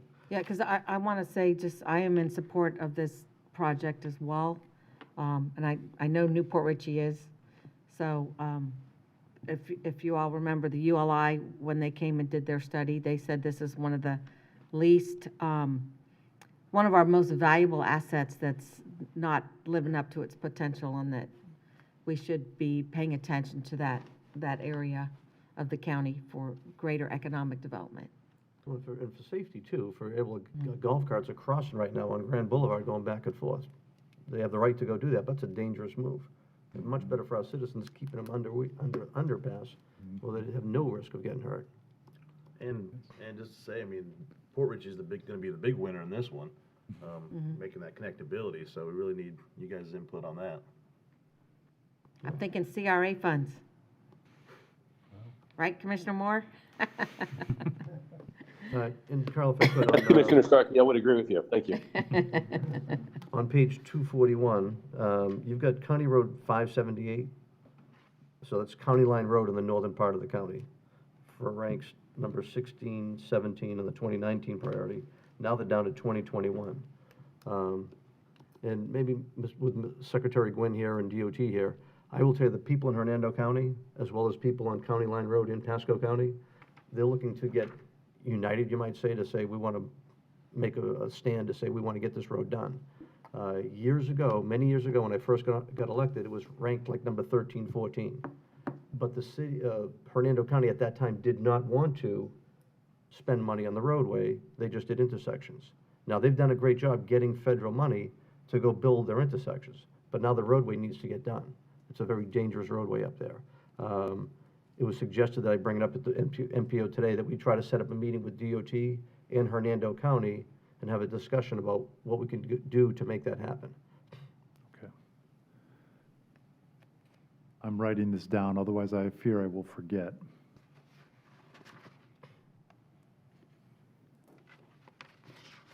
Any more? That's good for right now. I gotta go back to where some of the notes were. Does anyone else have any other comments on this item? You think you might have something on this still? Well, Commissioner? let me just say this. So, year to year, we should have about 5 or 6 of these projects dropping off. Ranch Road is a very underprivileged area, as is Zimmerman, and those projects have not moved up more than one spot, it looks like, for Ranch Road. And Zimmerman's not even in the top group anymore, where it was expected to move up. So, Ranch Road, Zimmerman, I'm glad to see Jasmine moving up because it's an important road, especially with a new school going in. But those sidewalk projects, not a huge cost in a sense, but very important to the area. And they're moving back instead of moving up. We thought that the people thought would be funded this, upcoming group. Yeah, and Carl, maybe you could just talk a little bit about that, because I remember we didn't have the diverging diamond, I don't even think, on there at one point, and then all of a sudden we knew there was a need. And these needs do arise, and it does get a little frustrating as your projects just kind of stall out. So could you talk, is that the nature of what we deal with sometimes? There are multiple factors. So there will be things that come up. Obviously, funding levels can fluctuate from year to year. I will say, and I want to give a compliment to our legislature. The legislature does see the value in transportation, and so we have a great deal of funding that comes to Florida Department of Transportation. Mayor Hernandez? Is she on an airplane? Yeah. How's that sound? Yeah, we heard you. You didn't say anything bad there. But projects can move up and down as new needs do arise. One of the things that we as staff are working on is we've been scanning the nation in terms of what are being used as ways to prioritize projects using a quantitative method. And we're hoping to make to you a presentation in August about what we found nationally, and then seek your feedback and direction, so that as we work on lists like this, we can have a quantifiable way of measuring the projects for then recommendation to Florida DOT for funding. And that obviously, when you have a quantifiable method, it gives greater credence to the ranking of the projects in our methodology. So yes. Can I stop you for a second, though? On that? Certainly. So with that comment, if that's going to happen, you could have a project that sits for 20 years. Yeah. And because it never makes the top list, it's never going to get funded. Hence, County Line Road, Zimmerman Ranch Road. So that criteria, that quantitative calculations are gonna hurt the areas that may not make it, but they've been part of this community for many, many years, needing this infrastructure that was never built in as development first started in this county. It never makes the top of the list. So at some point, there's gotta be some weight to how long it's been in the system to get funded. I'm glad you brought that up. We have discovered in some of the ranking methodologies used nationally that the longer a project has been on the list, it accumulates points for that longevity on the list. So you're right on track with what we're hoping to bring to you. Thank you. Excellent comment. Thank you. Mr. Chair, Yes. based on that, and I'm sorry, there's so many different charts here, I can't keep it straight. I'm trying to find Leonard, Leonard sidewalk, and I don't even know where to look for it Page here. 248, number Which one? 9. It was number 11, now it's number 9. Yeah, so I took over pushing that from Commissioner Mallory. And so what page is on, what Says, page on is the that? right side says 248 out of 396, 248? on the lower right-hand side. Just a real quick comment. Both Ranch Road and Leonard Road sidewalk projects had TA applications submitted in March to FDOT for funding. Okay, so there it is. So, okay, so we don't have any plans or anything, but we're trying. We don't know anything yet. Because they ask me every year. When you say it's at that point, I mean, realistically, how long Yeah, because it from there to be somebody walking no on it? date or anything here. So typicals and some design guidelines were submitted with those TA applications as required by FDOT to seek that funding. So that's that first stage where we send that project into DOT, and then they look it over, and Justin can add anything to that. But both Ranch Road and Leonard Road were both submitted to FDOT for applications for construction. And then the county works, Debbie Boldet works with DOT on design and construction on figuring the funding out. So why would that not be reflected here? Why would you not say TA application submitted? Instead, it says RO, right-of-way verification needed. So that might have been the 2019, is that the 2019 lot that you're looking at? I have no idea. The 2020 lot. Right. So the No, one that's from excuse me, last I'm year. 48. a year behind that. 2020, which was last year's, and then 2021. Well, why would I not have 2020? That is our next That's agenda the item. next. Oh, okay. You're on track. Sorry, there's a million charts and tables here. It's crazy. Man, Yes, yes. I'd like to add something. A lot of things, when I first got elected in 16, Old Pasco Road wasn't even looked at as being a 4-lane road. But shortly after, about a year and a half into my term, Okay. it started popping up that how it needed to be rising to top on the list. So some of these things happen because of the growth we're having. And I think DOT's recognize it in different areas, just like the 301 being 4-lane, 98 being 4. There's so much growth happening in our area in the center part of the state that it's become very evident those have to move up on the list because they're getting funding coming forward. So we got to be ready for them when they come and they're ready, that we've got them on that list to be funded. So it's a moving target as fast as the growth is happening right now. So. The other thing that's a moving Well, target is cost as well. Mr. Chairman, Yes, Commissioner Moore? no, and I appreciate it, and this, to reiterate kind of what Commissioner was just saying, not only myself, but others as well, but I've been talking about Old Pasco Road, my gosh, since I got here. So we are thankful that Fdot is assisting, but it's always, I know we lots of times we talk about, and staff and planners talk about, well, development comes before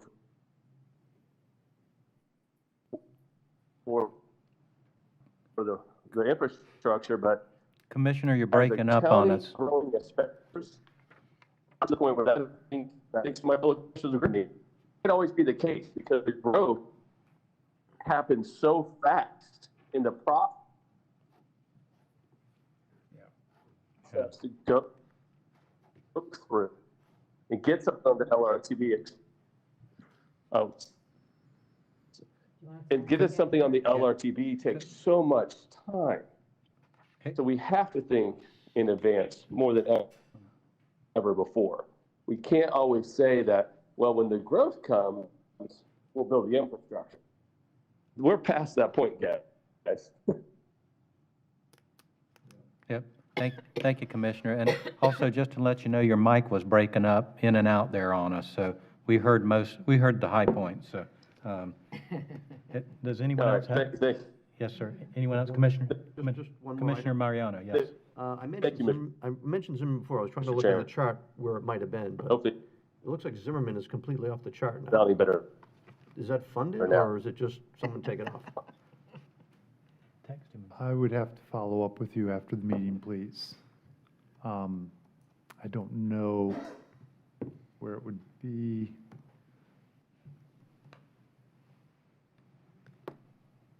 Doing a search, I'm not seeing it.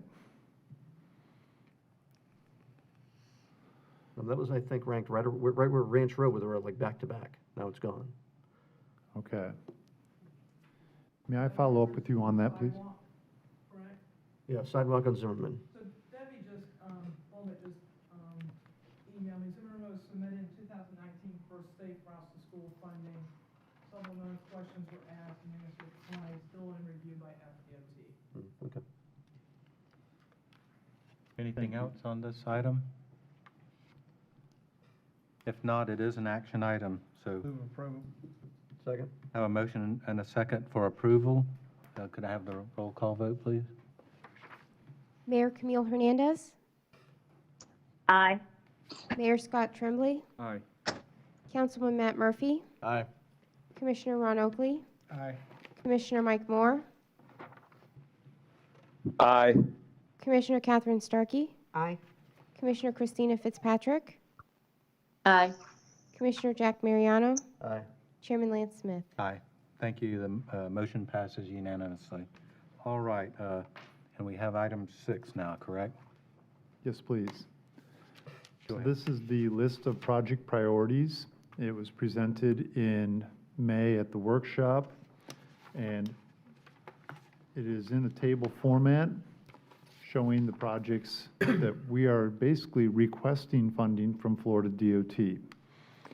So we've identified at the beginning of this projects that are under construction to demonstrate that our list of project priorities does actually, it is recognized by Florida DOT. They do fund things from our list.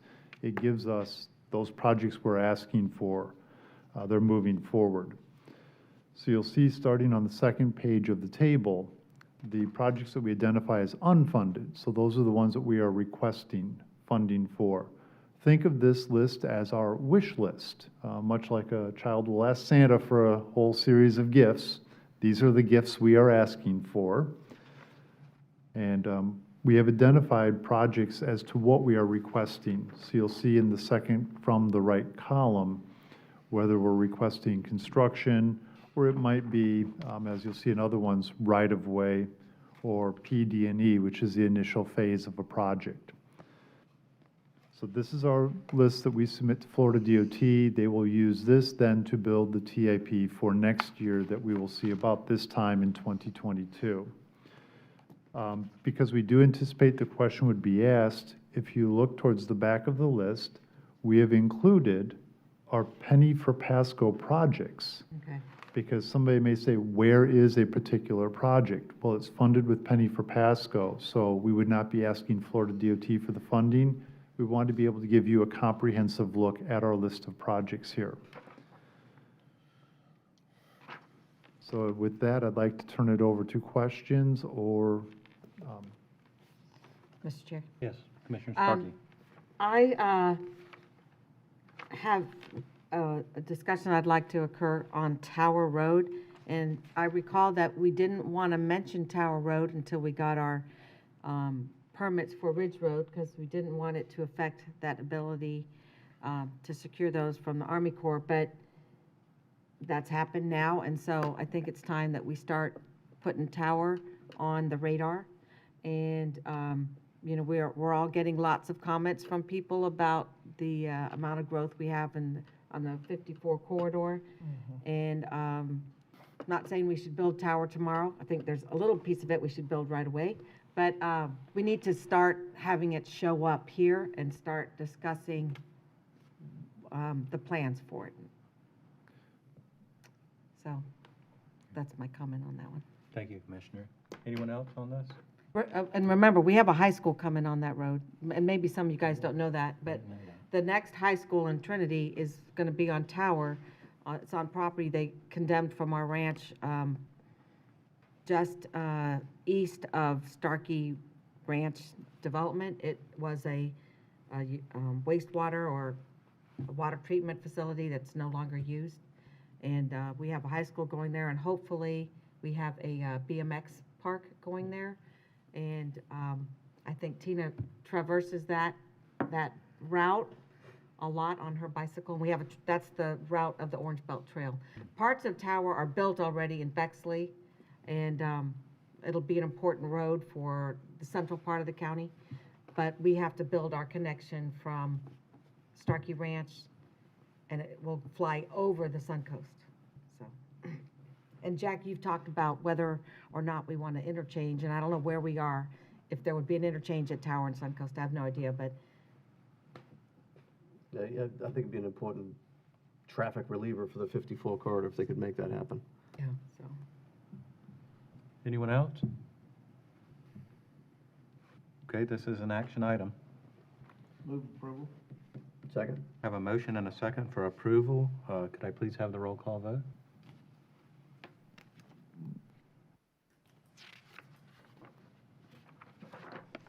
Mayor Camille Hernandez, Aye. Mayor Scott Trumping, Aye.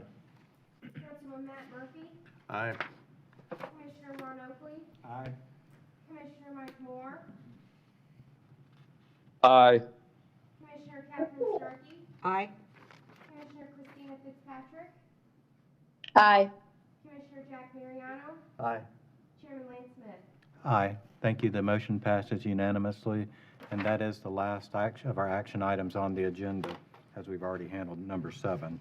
So we'll move to the reports and presentations, and I don't know if you know it, but they give me this script when I'm doing it, and it says we have nothing for status reports and presentations on the agenda. Oh. But I know that's not right. So, what should I follow? Which one? No. Come on up. I do appreciate this too, though. It is very helpful. Thank you. Howdy. God bless. Excuse me. Kurt Scheibel, Pasco County Public Transportation Director. I'm going to go first and roll into my presentation to give you a quick update. In case you didn't know, we've been doing 25 years of Pasco County fixed route service this month. We're going to do a little bit of a celebration, but we're saving our all our, how should I say, funding and so forth. Next year, Pasco County is providing transportation for 50 years. So we'll be having a lot of different things going on with that, and some resolutions and getting the commissioners and the MPO board involved in that. So that's, I think, a very significant milestone for Pasco County moving forward. If you haven't noticed, we've been down on some of our buses. I think I briefed that before. We've actually got a lot of orders in, and I just wanted to thank the Fdot. They actually found us 3 buses that we were able to, just had to replace some glass, and then we're going to put our logo on the side of them. We're going to get them out on the road here soon. So we're catching back up, but unfortunately the trend where cars are being reduced because of some fires and some incidents and COVID and so forth. It's actually affecting our paratransit fleet. So we're recovering from that and moving forward. The last thing is the Ecoline customer service portal. We ran into some issues with IT in respect to getting some of the apps on the Google Store and working through all the hoops, so to speak. That should be out relatively soon. And so a lot of customers are really looking forward to that, and I've seen some of the preliminary stuff. It's going to be really revolutionary and giving our customers a really good idea of where the heck's the bus, and then when is it going to come pick me up? And as you all know, just waiting for the bus and not knowing, that is that can be a problem sometimes. So just knowing that the bus is on its way and it is coming to pick you up, that's a good thing.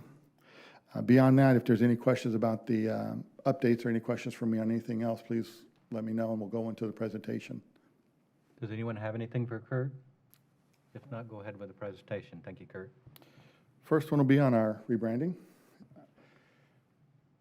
As you know, we're moving to a new rebrand. I briefed many people on the board already, but we're now going to be Go Pasco. And it's going to be Go Pasco County Public Transportation. And that's what we're looking for. And as you can see up on the slide, we'll have a nice little slide on there. The whole idea behind it is PCPT is nice and neat and so forth, but it's not really telling you where we are. But Go Pasco does say that we're Pasco County and we're here to serve the citizens of Pasco County. Go ahead, next slide, please. And then on the unwrapped buses, this is what it's going to be looking like. Slide. And then on the side, as you can see, we're going to continue putting Pasco County Public Transportation on the buses so they know this is where we're coming from. And then the other side, please. And lastly, if you haven't noticed, our PCPT bus stop signs along the side of the road, they're looking very, very poor. We are actually going to redo all those, and I'm buying a whole bunch of new signs. The RFP, or the actual invitation for bid, is in procurement and should be going out here soon.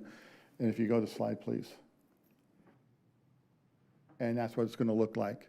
Very nice, I think, very sleek, giving the information out there. And with the we wanted to move the numbers off to the side because it just looked better. We worked with a local company, Quest Marketing, and they've been very helpful with us. And if you have any questions on this, I also have the Quest representative here too, if there's any issues or questions. Question, Mr. Chair. I wonder if putting a QR code on there would be, in this day and age. That is already coming. Okay. That's going to be required with our invitation for, got a bid into the procurement process, a scope. That's for our fixed route side. So we have the eco lane side. There's actually a fixed route side that's coming, and there'll be QR codes that will be added. It's all part of that bid.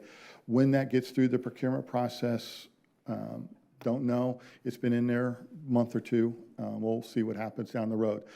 But that is also, the funding for that is already in the grants, already been approved, already been through the board process. It's just getting through the procurement process and getting that moving forward. Thank you. Thank you. Anybody else? And then right on into my next one. This one here is a little bit more, going to probably generate some more conversation. Go ahead and slide. As you know, we've been working since about 2014 with our partners to the south and to the north on providing us a regional fare box type of system. It's not really a fare box, but it's a fare medium. It's the whole idea behind it originally was to provide one card for all systems in the region. You can see the list of the people that were on there. Manatee used to be on the region, but they've backed out. They backed out in 2016 and went with their own system. What it was is to be able to pay for online on cash, faster onboarding, savings and operating cost, and then in it was actually awarded a contract back in, I believe, 2015. The system is called Flamingo Fares. Next slide.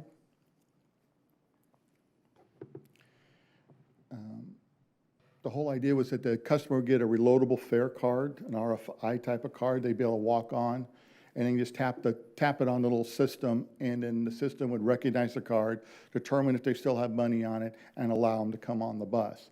There's also a thing called fare capping. So if, let's say, you ride 2 times, the third ride and beyond is free because you just bought yourself a day pass as opposed to buying more passes. And if you buy more for the month, once you get to the month fare, you pay the month, then automatically gives you the month pass. So that's a really nice little process. The whole idea is easy access to the through the website to be able to load it up on the car. But then the next slide, there's been the original product, like I said, 2013. The original second MOU was done when I first got here back in 2017. And then the reason why I'm kind of bringing this up to you is that this MOU is ending in October 2021, and there's going to need to be a decision made on whether we want to proceed with this or not. Slide. The issue coming up is that the costs have been increasing a lot. Right now, when you add it all together, it comes to $51,733.19. That's just for 2022. There's also increases in 23, 24, and it continues to rise up. Those are costs that we will not get back from them. We have to make sure that we have enough riders to use the system. If one person uses it or no person uses it, we would pay that amount of money. Then there's also a fee on per person that uses it. So besides this fee, there's also what they call a tap fee, and we'd have to pay that fee on top of it. And of course, they don't know what that is because it's all dependent on all the rides across the county. We also would need to pay another $69,000 to get all the new vehicles we've got in place, adding the new equipment on it and so forth. The one problem we're having is that it's very difficult to get running up here. We're not alone in that situation. I've been talking to our partners up in Hernando and the bus, and they're also having the same issues that we're experiencing to make the system work. Next slide. So some of the issues we've been having is that we're now through, and when I wrote this, the actual, like 2 weeks later, the person was in charge of it, quit again from heart. So we've gone through multiple managers on that with different priorities, unfortunately, and how they've been looking at it. And unfortunately, the priorities have been shifting from more regional to, unfortunately, I think a local, in my opinion. And this is the biggest issue. When they come and talk about it, it's always about regional, regional, regional. But when I actually try and get them to help me to do things, it's more of a heart focus. This is what Heart's going to do, and we'll let you know what's going on and then move forward. There's a lot of policies or procedures that I see that are coming through that are not, I would say, beneficial for us. They're also not meeting our request. We asked them for a request on something. Hey, we need to get our, as an example, our point of sales thing. They still haven't fixed it. The request has been in for like 2 years. And every time I've called, it's like, we'll get to it, we'll get to it. The issue that comes into it is that we don't own a contract within it. Hart does. So we have to work through Hart to get to the contractor. And then the contractor goes, well, we'll get to you once we figure out all the other stuff that they're doing on the Hart side. And then again, we have to purchase everything through Hart because we don't have a contract within it. We have to actually go to Hart, give them the PO, then Hart goes out and procures the stuff, they receive it, and then give it back to us. Not to, you know, I don't really like that system because it leads to some issues that I can see down the road. Next slide. So where we are now is I'm looking for some guidance on where you can see where we're going. One thing I do want to note is that Manatee County actually procured a system of their own that's a lot like this. It's a different company. That company just takes 10% off the top of the bill. So I applied that number to what we would do, and it basically came out to, as if you use the 2020 numbers for ridership and our fare box recovery, it's about $57,000. That is if every single person used it, which is just, you know, about $4,000, $5,000 more than if we used Hart, and we have to pay that no matter if anybody uses it or not. So the Flamingo fare. So that's what, just to kind of give you an idea of where we made to go. I've talked to Bill Steele, the director of Manatee County, MCAT, and he's very pleased with the system and has had zero issues or zero complaints, and the citizens really enjoy what's going on.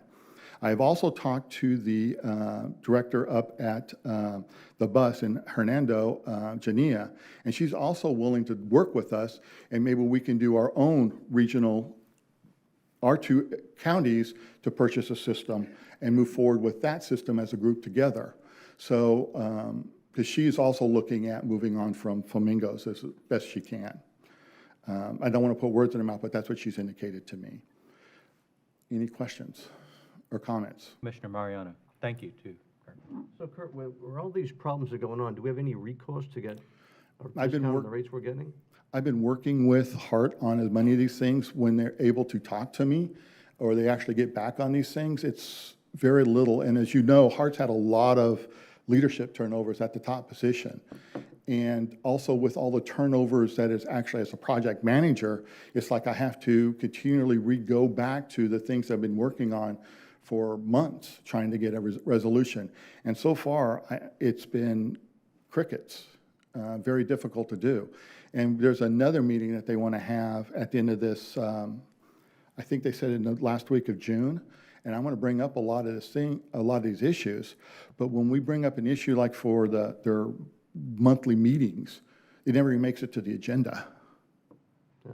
I tell you, with the hassles you're getting, the way the pricing's set up, this new system at 10% sounds like a much better way to go to give you more control. If there's a way to structure it that if Hernando's going to do it, if we're going to do it, and there could be some benefits to that. I agree. I agree completely, but I think sir. just for what you're saying, just the numbers alone, we'll say this makes a lot more sense to go.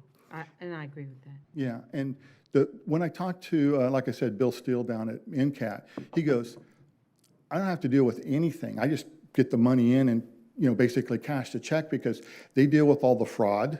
They deal with all the customer service issues.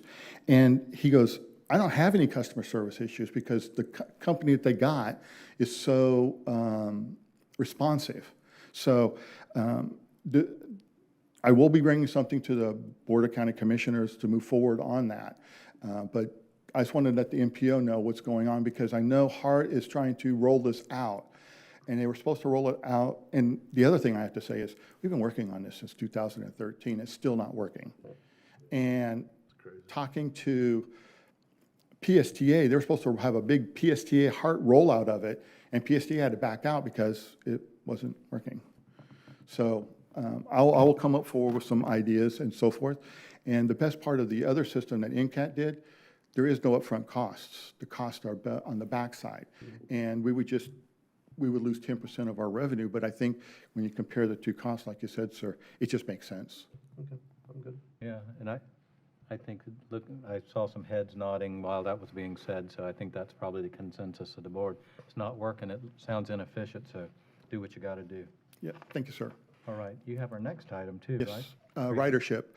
With COVID starting to, I hope we're on the back end and people are getting better and so forth like that. I just want to give you some ideas on where we're at and where the kind of affected us over the past years and give you some ideas, some numbers. So on the fixed route ridership, this is kind of a graph of what's going on there. What I tried to do with the dotted line, that's a 6-month rolling average. And if you notice at the end there, and if you add March onto it, it actually is starting to climb back up. Excuse me. So we're really starting to see I think we've hit the bottom on our side. The one thing I'm still noticing though, if you run all the projections prior to COVID, we were growing as a fixed route system. And when you look across the nation their ridership is down. So I'm really pleased on what we're going forward with the fixed route ridership. And when hopefully when our study comes out and we can look at this, we can really start tailoring what we're doing for the citizens of Pasco County on the fixed route side. Go ahead, slide, please. Yeah, Mr. Chairman? Yes. Let me ask you a question. Have you heard, like some hospitals have like these UV protections that they put in their operating rooms to kind Yes. of kill any disease, et cetera? Have you thought about putting some type of ventilation system in the vans in the buses that may do that as well? They do have that. It basically goes into the air conditioning unit and it comes out. It's on my to-do list. It's not up at the priority, but it is on one of the things I do want to look at and go out for bid for our systems. Right now, I'm trying to get our cleaning crews taken care of and moving forward on that. And the budget just wasn't there for it this time. Because looking at ridership, right now, if you're going to ride the bus, you have to have a mask on, correct? Correct. That's federal law. Okay, so if we were able to start something to show, look, we can get rid of any type of diseases that are out there with UV, that may help even escalate that a bit. Yes. Unfortunately, I think it's when I said federal law, it's a security directive from the Transportation Safety Administration, and they run airplanes and all the other ones, and I think it's another industry that's driving it across the whole place. So, but I agree with you, sir. I think it is, they just extended it to September. My gut feeling and the things I'm hearing from other agencies and so forth, like APTA, American Public Transportation, is they're pushing to get rid of it. But I still don't think, though, that the UV, whether it's COVID or not COVID, I think that is a good thing for the citizens. Just to be a good transit provider. And that is something we are looking at. Thank you. Just to kind of give you a spaghetti chart, but it kind of shows you what the ridership by months and gives you an idea of what our big months are and our non-big months are. Slide, please. Give you an idea of ridership by route. And if you didn't know that, Route 19 still does 33% of all our ridership. Bless you. Excuse me. Mr. Chairman? Yes. What are your thoughts about Dade City and US 41 in? Funny you should say that. That's coming up. I'll address that in just a second. Go ahead. Slide, please. Paratransit ridership is continuing down and staying down. There's a lot of folks that are still concerned, our elderly folks and so forth. We're doing a lot of outreach to say that, hey, come on back, we're there. But we're staying pretty low. I think with the elderly nutrition centers slowly starting to open up, I can see our ridership increasing on that. But you know, it was starting to trend downward in 18, wasn't it? I mean, April is always a bad month for us. I'm not sure why. Normally it's an up month, but it's for Pasco Transit, it is usually a lower month. And slide.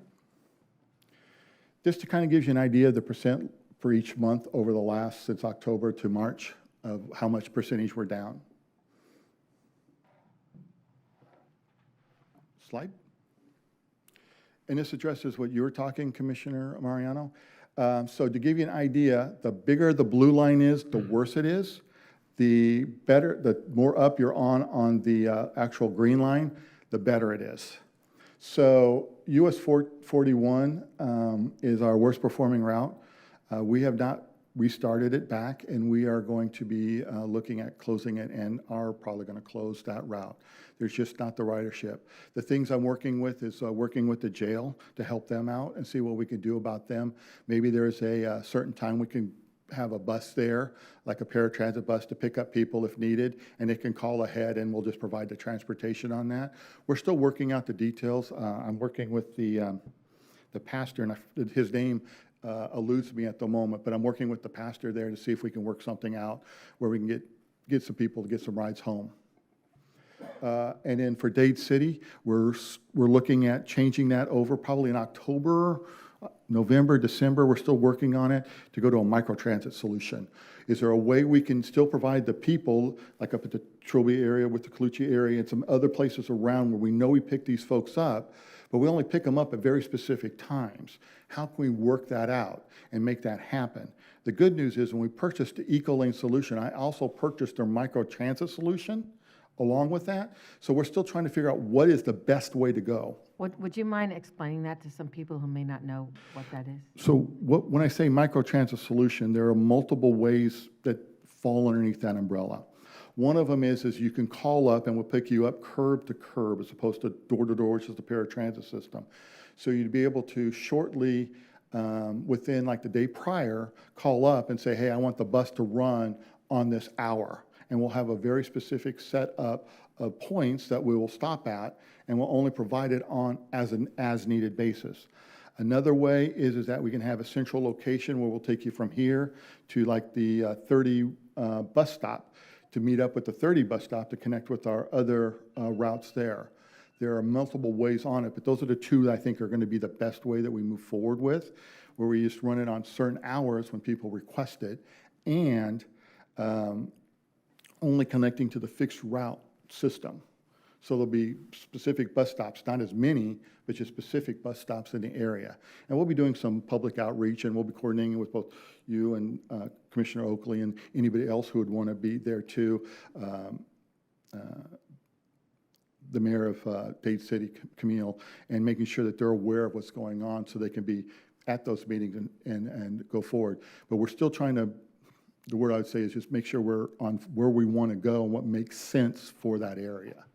And I think that's going to grow into maybe eventually back to 41, where we provide that service in the 41 area also, up and down that route. Next slide. And this just gives you an idea how much it costs per transit per rider. Please remember that a lot of those costs are heavily subsidized by both the state and various other organizations. I think that's, there's maybe one more, or that should be it. I think that's it. Any questions? Anyone have any questions for Kurt? Chairman? Yes, This is Mayor Hernandez. Mayor Hernandez. Yes, thanks for that presentation, and yes, definitely want to be involved in those conversations as you get together with Commissioner Oakley and others to talk about it. We know it is a concern, and certainly I'm interested in hearing next steps forward. So thank you for that. No problem, ma'am. Anyone else? Yeah, I'd say Newport Richey also, because I know we're talking about trying to do a micro transit project there. So definitely be interested in hearing Okay, about that. I'd not heard about that one, but I will reach out to your team and see what we can find out. Okay. Thank you.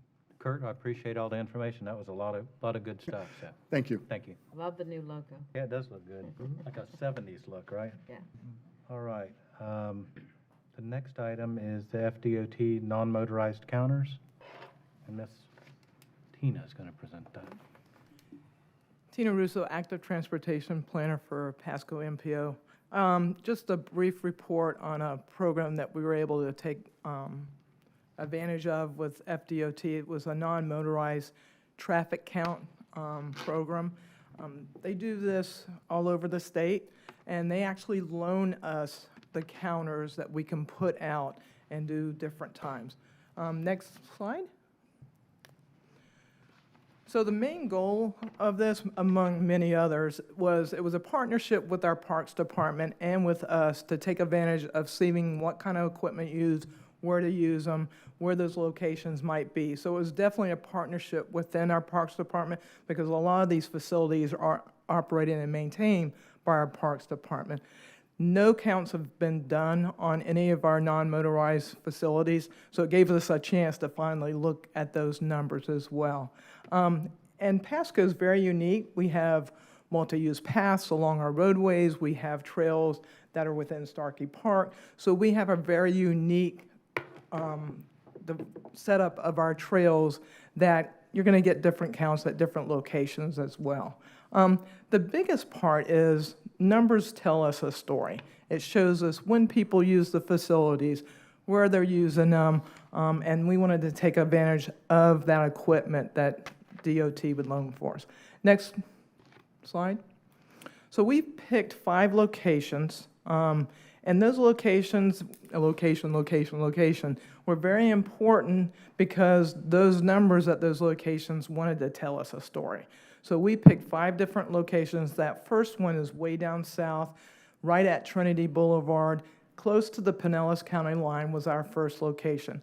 That location's important that we have to get in and out to that location to get the data, because once we install this equipment, you then have to extract the data at that location. So you want safety as well and an easy location to be able to go out and get that data from that location. So that was our first one, was that down there at Trinity. We did one just north of 54. I wanted to get numbers south of 54 and north of 54 because of crossing 54. So we want to see how many people are crossing 54, and that was the best way to do that. And then we did one in Starkey Park, and then we did one at Suncoast Trail, just outside of Starkey Park, just a little bit north. And then again, future facility at 52 and Suncoast Trail and overpass. I wanted to see the numbers of the folks that actually crossed 52, so we put a trail counter just north of 52. Next slide. So deployment, we actually deploy 2 counters at each location. So one counter gave us what we call the tubes. That's going to count numbers for cyclists. It also gives us a direction with them. So we also incorporated and installed an infrared counter as well, which is going to get those other folks, mainly your walkers. So there's 2 types of counters of equipment installed to get the best number of types of users on the trail as well. So next, so when we deployed them in February, so we deployed them in February. This is a 2-week program. It's called a short-term count. 2-week program. They're out there for 2 weeks. We go out in between that 2 weeks, make sure the equipment's working, and we actually did extract data in that week in between time as well. Check the equipment, make sure it's working. And then you can see here, there's two, again, types of counters. There's two different ways to extract that information. So what's really neat is that picture on the right. You can actually see where the counts are going into that computer as well.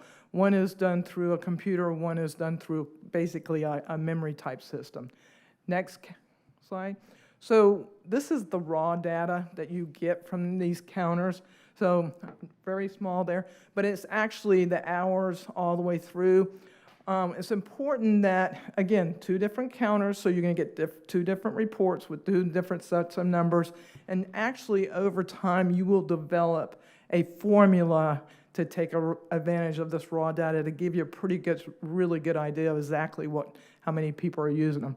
Very important, this was February, to have notes of days of rain and even temperatures. So notes are really important because then you can really see why you have some kind of fluctuation in those numbers. Next slide. And that's what you kind of see. You see this graph. You can tell which days are Saturday and Sunday, but you can kind of see the fluctuation. I think the day that we put them out, or close to the day we put them out, was like Super Bowl Sunday. It stormed that morning. So normally that day would be a busy day. You see the drop in it. So it's important to have those discrepancies when you pull the data as well. And the next slide. So these were short-term counts. We did them in February. DOT is going to do, that was our peak time. We'll probably do it again in August. We do have one long-term counter that is installed at just north of 54 on the Suncoast Trail. It's a street light counter. It's solar, as you can see, but this is what we call a long-term counter, and this will continuously give us numbers. One of the main purposes and goals of this program is that we will eventually do long-term counts with some kind of system. This gives us a chance to try different equipment, different locations, and see how best to futurely do long-term counts. And that's it for that. Both committees, BPAC and Citizen, really loved hearing these numbers as well. So, any questions? Any questions for Tina? Were the numbers what you thought they would be, or? Correct, and we actually had ACON go out and do some counts in August because I was really curious because February is such a short day. August, there wasn't much different even with the longer daytime. Of course, August, actually we just did it in June, but the heat makes, it kind of averages out the daily numbers even though the days get longer. The same number of people basically use it through the time, so. Good. Well, I do want to say I was so sorry about that tandem couple that got hit. They used to ride to the market all the time. I recall seeing them there. If you saw it in the paper, they were riding the Pinellas Trail over by the Starkey Gap on the Pinellas side, and a car hit another car that ran into them on the trail and killed them there. Both. So very sad. Well, that kind of brings us up to the next presentation, which is our Signal 4. One of the tools that we've been using for about a year now is called Signal 4 Analytics, and it allows us to look into crash data. About a month ago or so, we did the presentation on safety measures, which DOT provides us some data from crash reports to kind of figure out how we can lower those numbers. We have access to a program that gives us almost basically real-time crash data. But this is the dashboard. It's called Signal 4 Analytics. Anyone can pull up this dashboard. And if you can kind of see, it gives you the year. You can scroll down by county, and that's what I did with this slide presentation here. This is Pasco County here. That picture in the middle, we call that kind of a heat map. It's kind of small. But anybody can pull up this dashboard and get some basic information about crash data that's going on in the county or even the state. That column or that piece to the left underneath there kind of divides it up into emphasis areas, whether it be age drivers, bike ped, all those things, and then kind of scroll down from there. But anybody can pull up this part, the dashboard of Signal Analytics, to get a really good idea of what's going on crash-wise in Pasco County. To the right there in those columns, those graphs, you have age groups, day of the week, and then even times. So that black part of that graph bar is fatalities. And I just found it really interesting that the most day that our fatalities happen in the middle of the week. So, but that's the kind of information that you can get from Signal 4 Analytics. Next slide, please. So something that I use, that MPO uses, and our consultant use, is I'm able to log in and kind of drill down on this crash data. So this is, I drilled down on this one here. Let me see if I can. Just wanted to pull up a couple of slides. So this one is actually for 1 year, and it's our fatalities and serious injuries for 1 year. And this is all crash types. So this is all motor vehicles, bike ped, all of them. So also we can differentiate between daytime and nighttime. Next slide. We can also differentiate if it's a fatality, serious injury, and all from there. So it lets me know if someone was killed or seriously harmed in that crash. And then what I can also do, next slide, is, and again, we use the heat map. This is 1 full year, but you can kind of really see where our problem areas are with this heat map. So I can actually do different drill downs with groups of fatalities, or I can do signal points and actually drill all the way down to exactly within a few feet or 100 feet of where that crash happened. So all this information is based on crash reports from law enforcement. So everything is analyzed from that crash report. So next slide, I'm going to just kind of show you a little bit what we get out of that crash report. So on the right is kind of just an insert from that crash report. There's lots of information, as you can imagine, in a crash report. But one of the most important things that I look at is the narrative that is in that right side there at the top. That's where the officer really puts in detail what happened at that crash site, okay? If it's a pedestrian, what they were doing wrong, or maybe what they were doing right. Usually most crashes take 2 wrongs to happen, especially when it's a fatality. And again, that diagram at the bottom shows you what happened as well. So we can analyze that data and kind of see, hey, can I change that behavior? Can I help that person survive that behavior? Behavior is really hard to change, bike, ped, and automobile, but there's certain things that we can do to help that 18 or 16-year-old boy who darts across the road to survive that bad behavior. So it's not only trying to change behavior, it's trying to help folks survive that wrong behavior as well. And that's what this helps us do. So I just wanted to show you a quick demonstration of Signal 4. We use this for our Vision Zero. We're also using it for active transportation. We're also using it how we look at projects and future studies for projects, whether it be roadways and bike ped as well.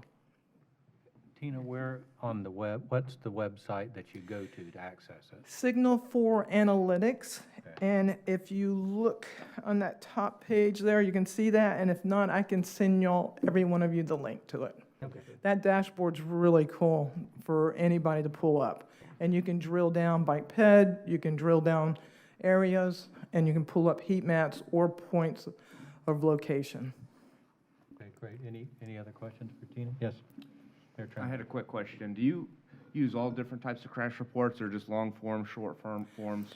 Actually, when I can drill into the program, I'll show you short-term and long-form as well. And then, again, law enforcement has a little bit more access to what those reports say as well. Because, you know, if there's pictures taken and so forth, then law enforcement can access those as well. We're only allowed to access so much of those reports. But they use short and long. In this program, it uses both types? Mm-hmm. Okay, thank you. Anything else? Tina, we appreciate all the information. Thank you. All right.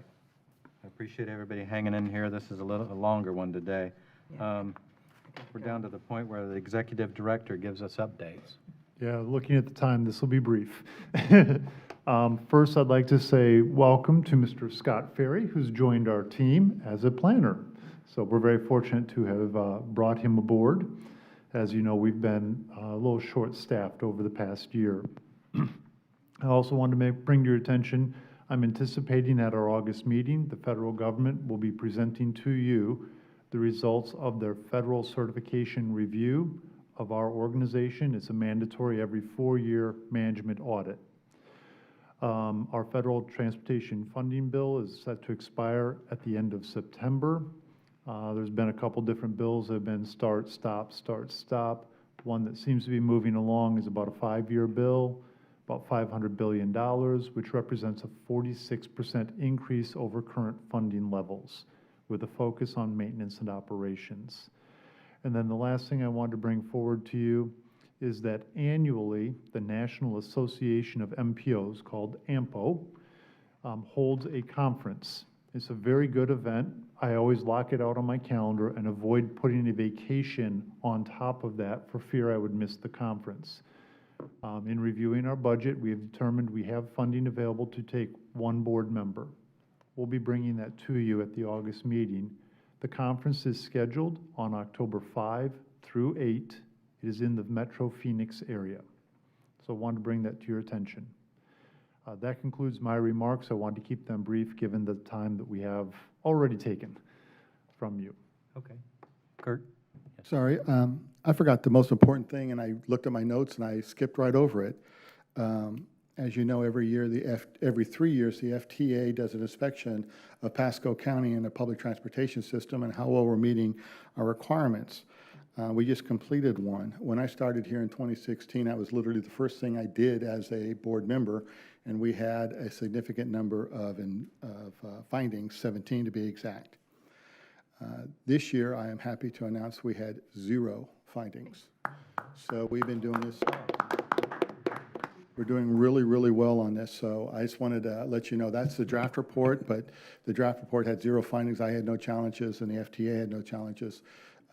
I know, Commissioner Oakley, you'll get an official letter through the BOCC because it'll go to the county commissioners. But I did want to let you know that we've actually getting to the point where we're doing it the way we need to be doing it. And I'm very pleased with that. And I couldn't have done it without all your support. So thank you. Well, great. Congratulations, Kurt. That's a great accomplishment. We're at the end of the agenda. There's one thing I do want to bring up. I was coming on Moon Lake Road and I saw they were paving this really nice multi-purpose trail along there. So it's good to see that stuff go in because you think you might not be doing a lot up here, but what we do up here has repercussion way down the road. So we need to keep that in mind. But I appreciate everybody hanging there with us today. Scott Tremblay, it's great to see you today. So with that, meeting's adjourned. So we had a fatality on that.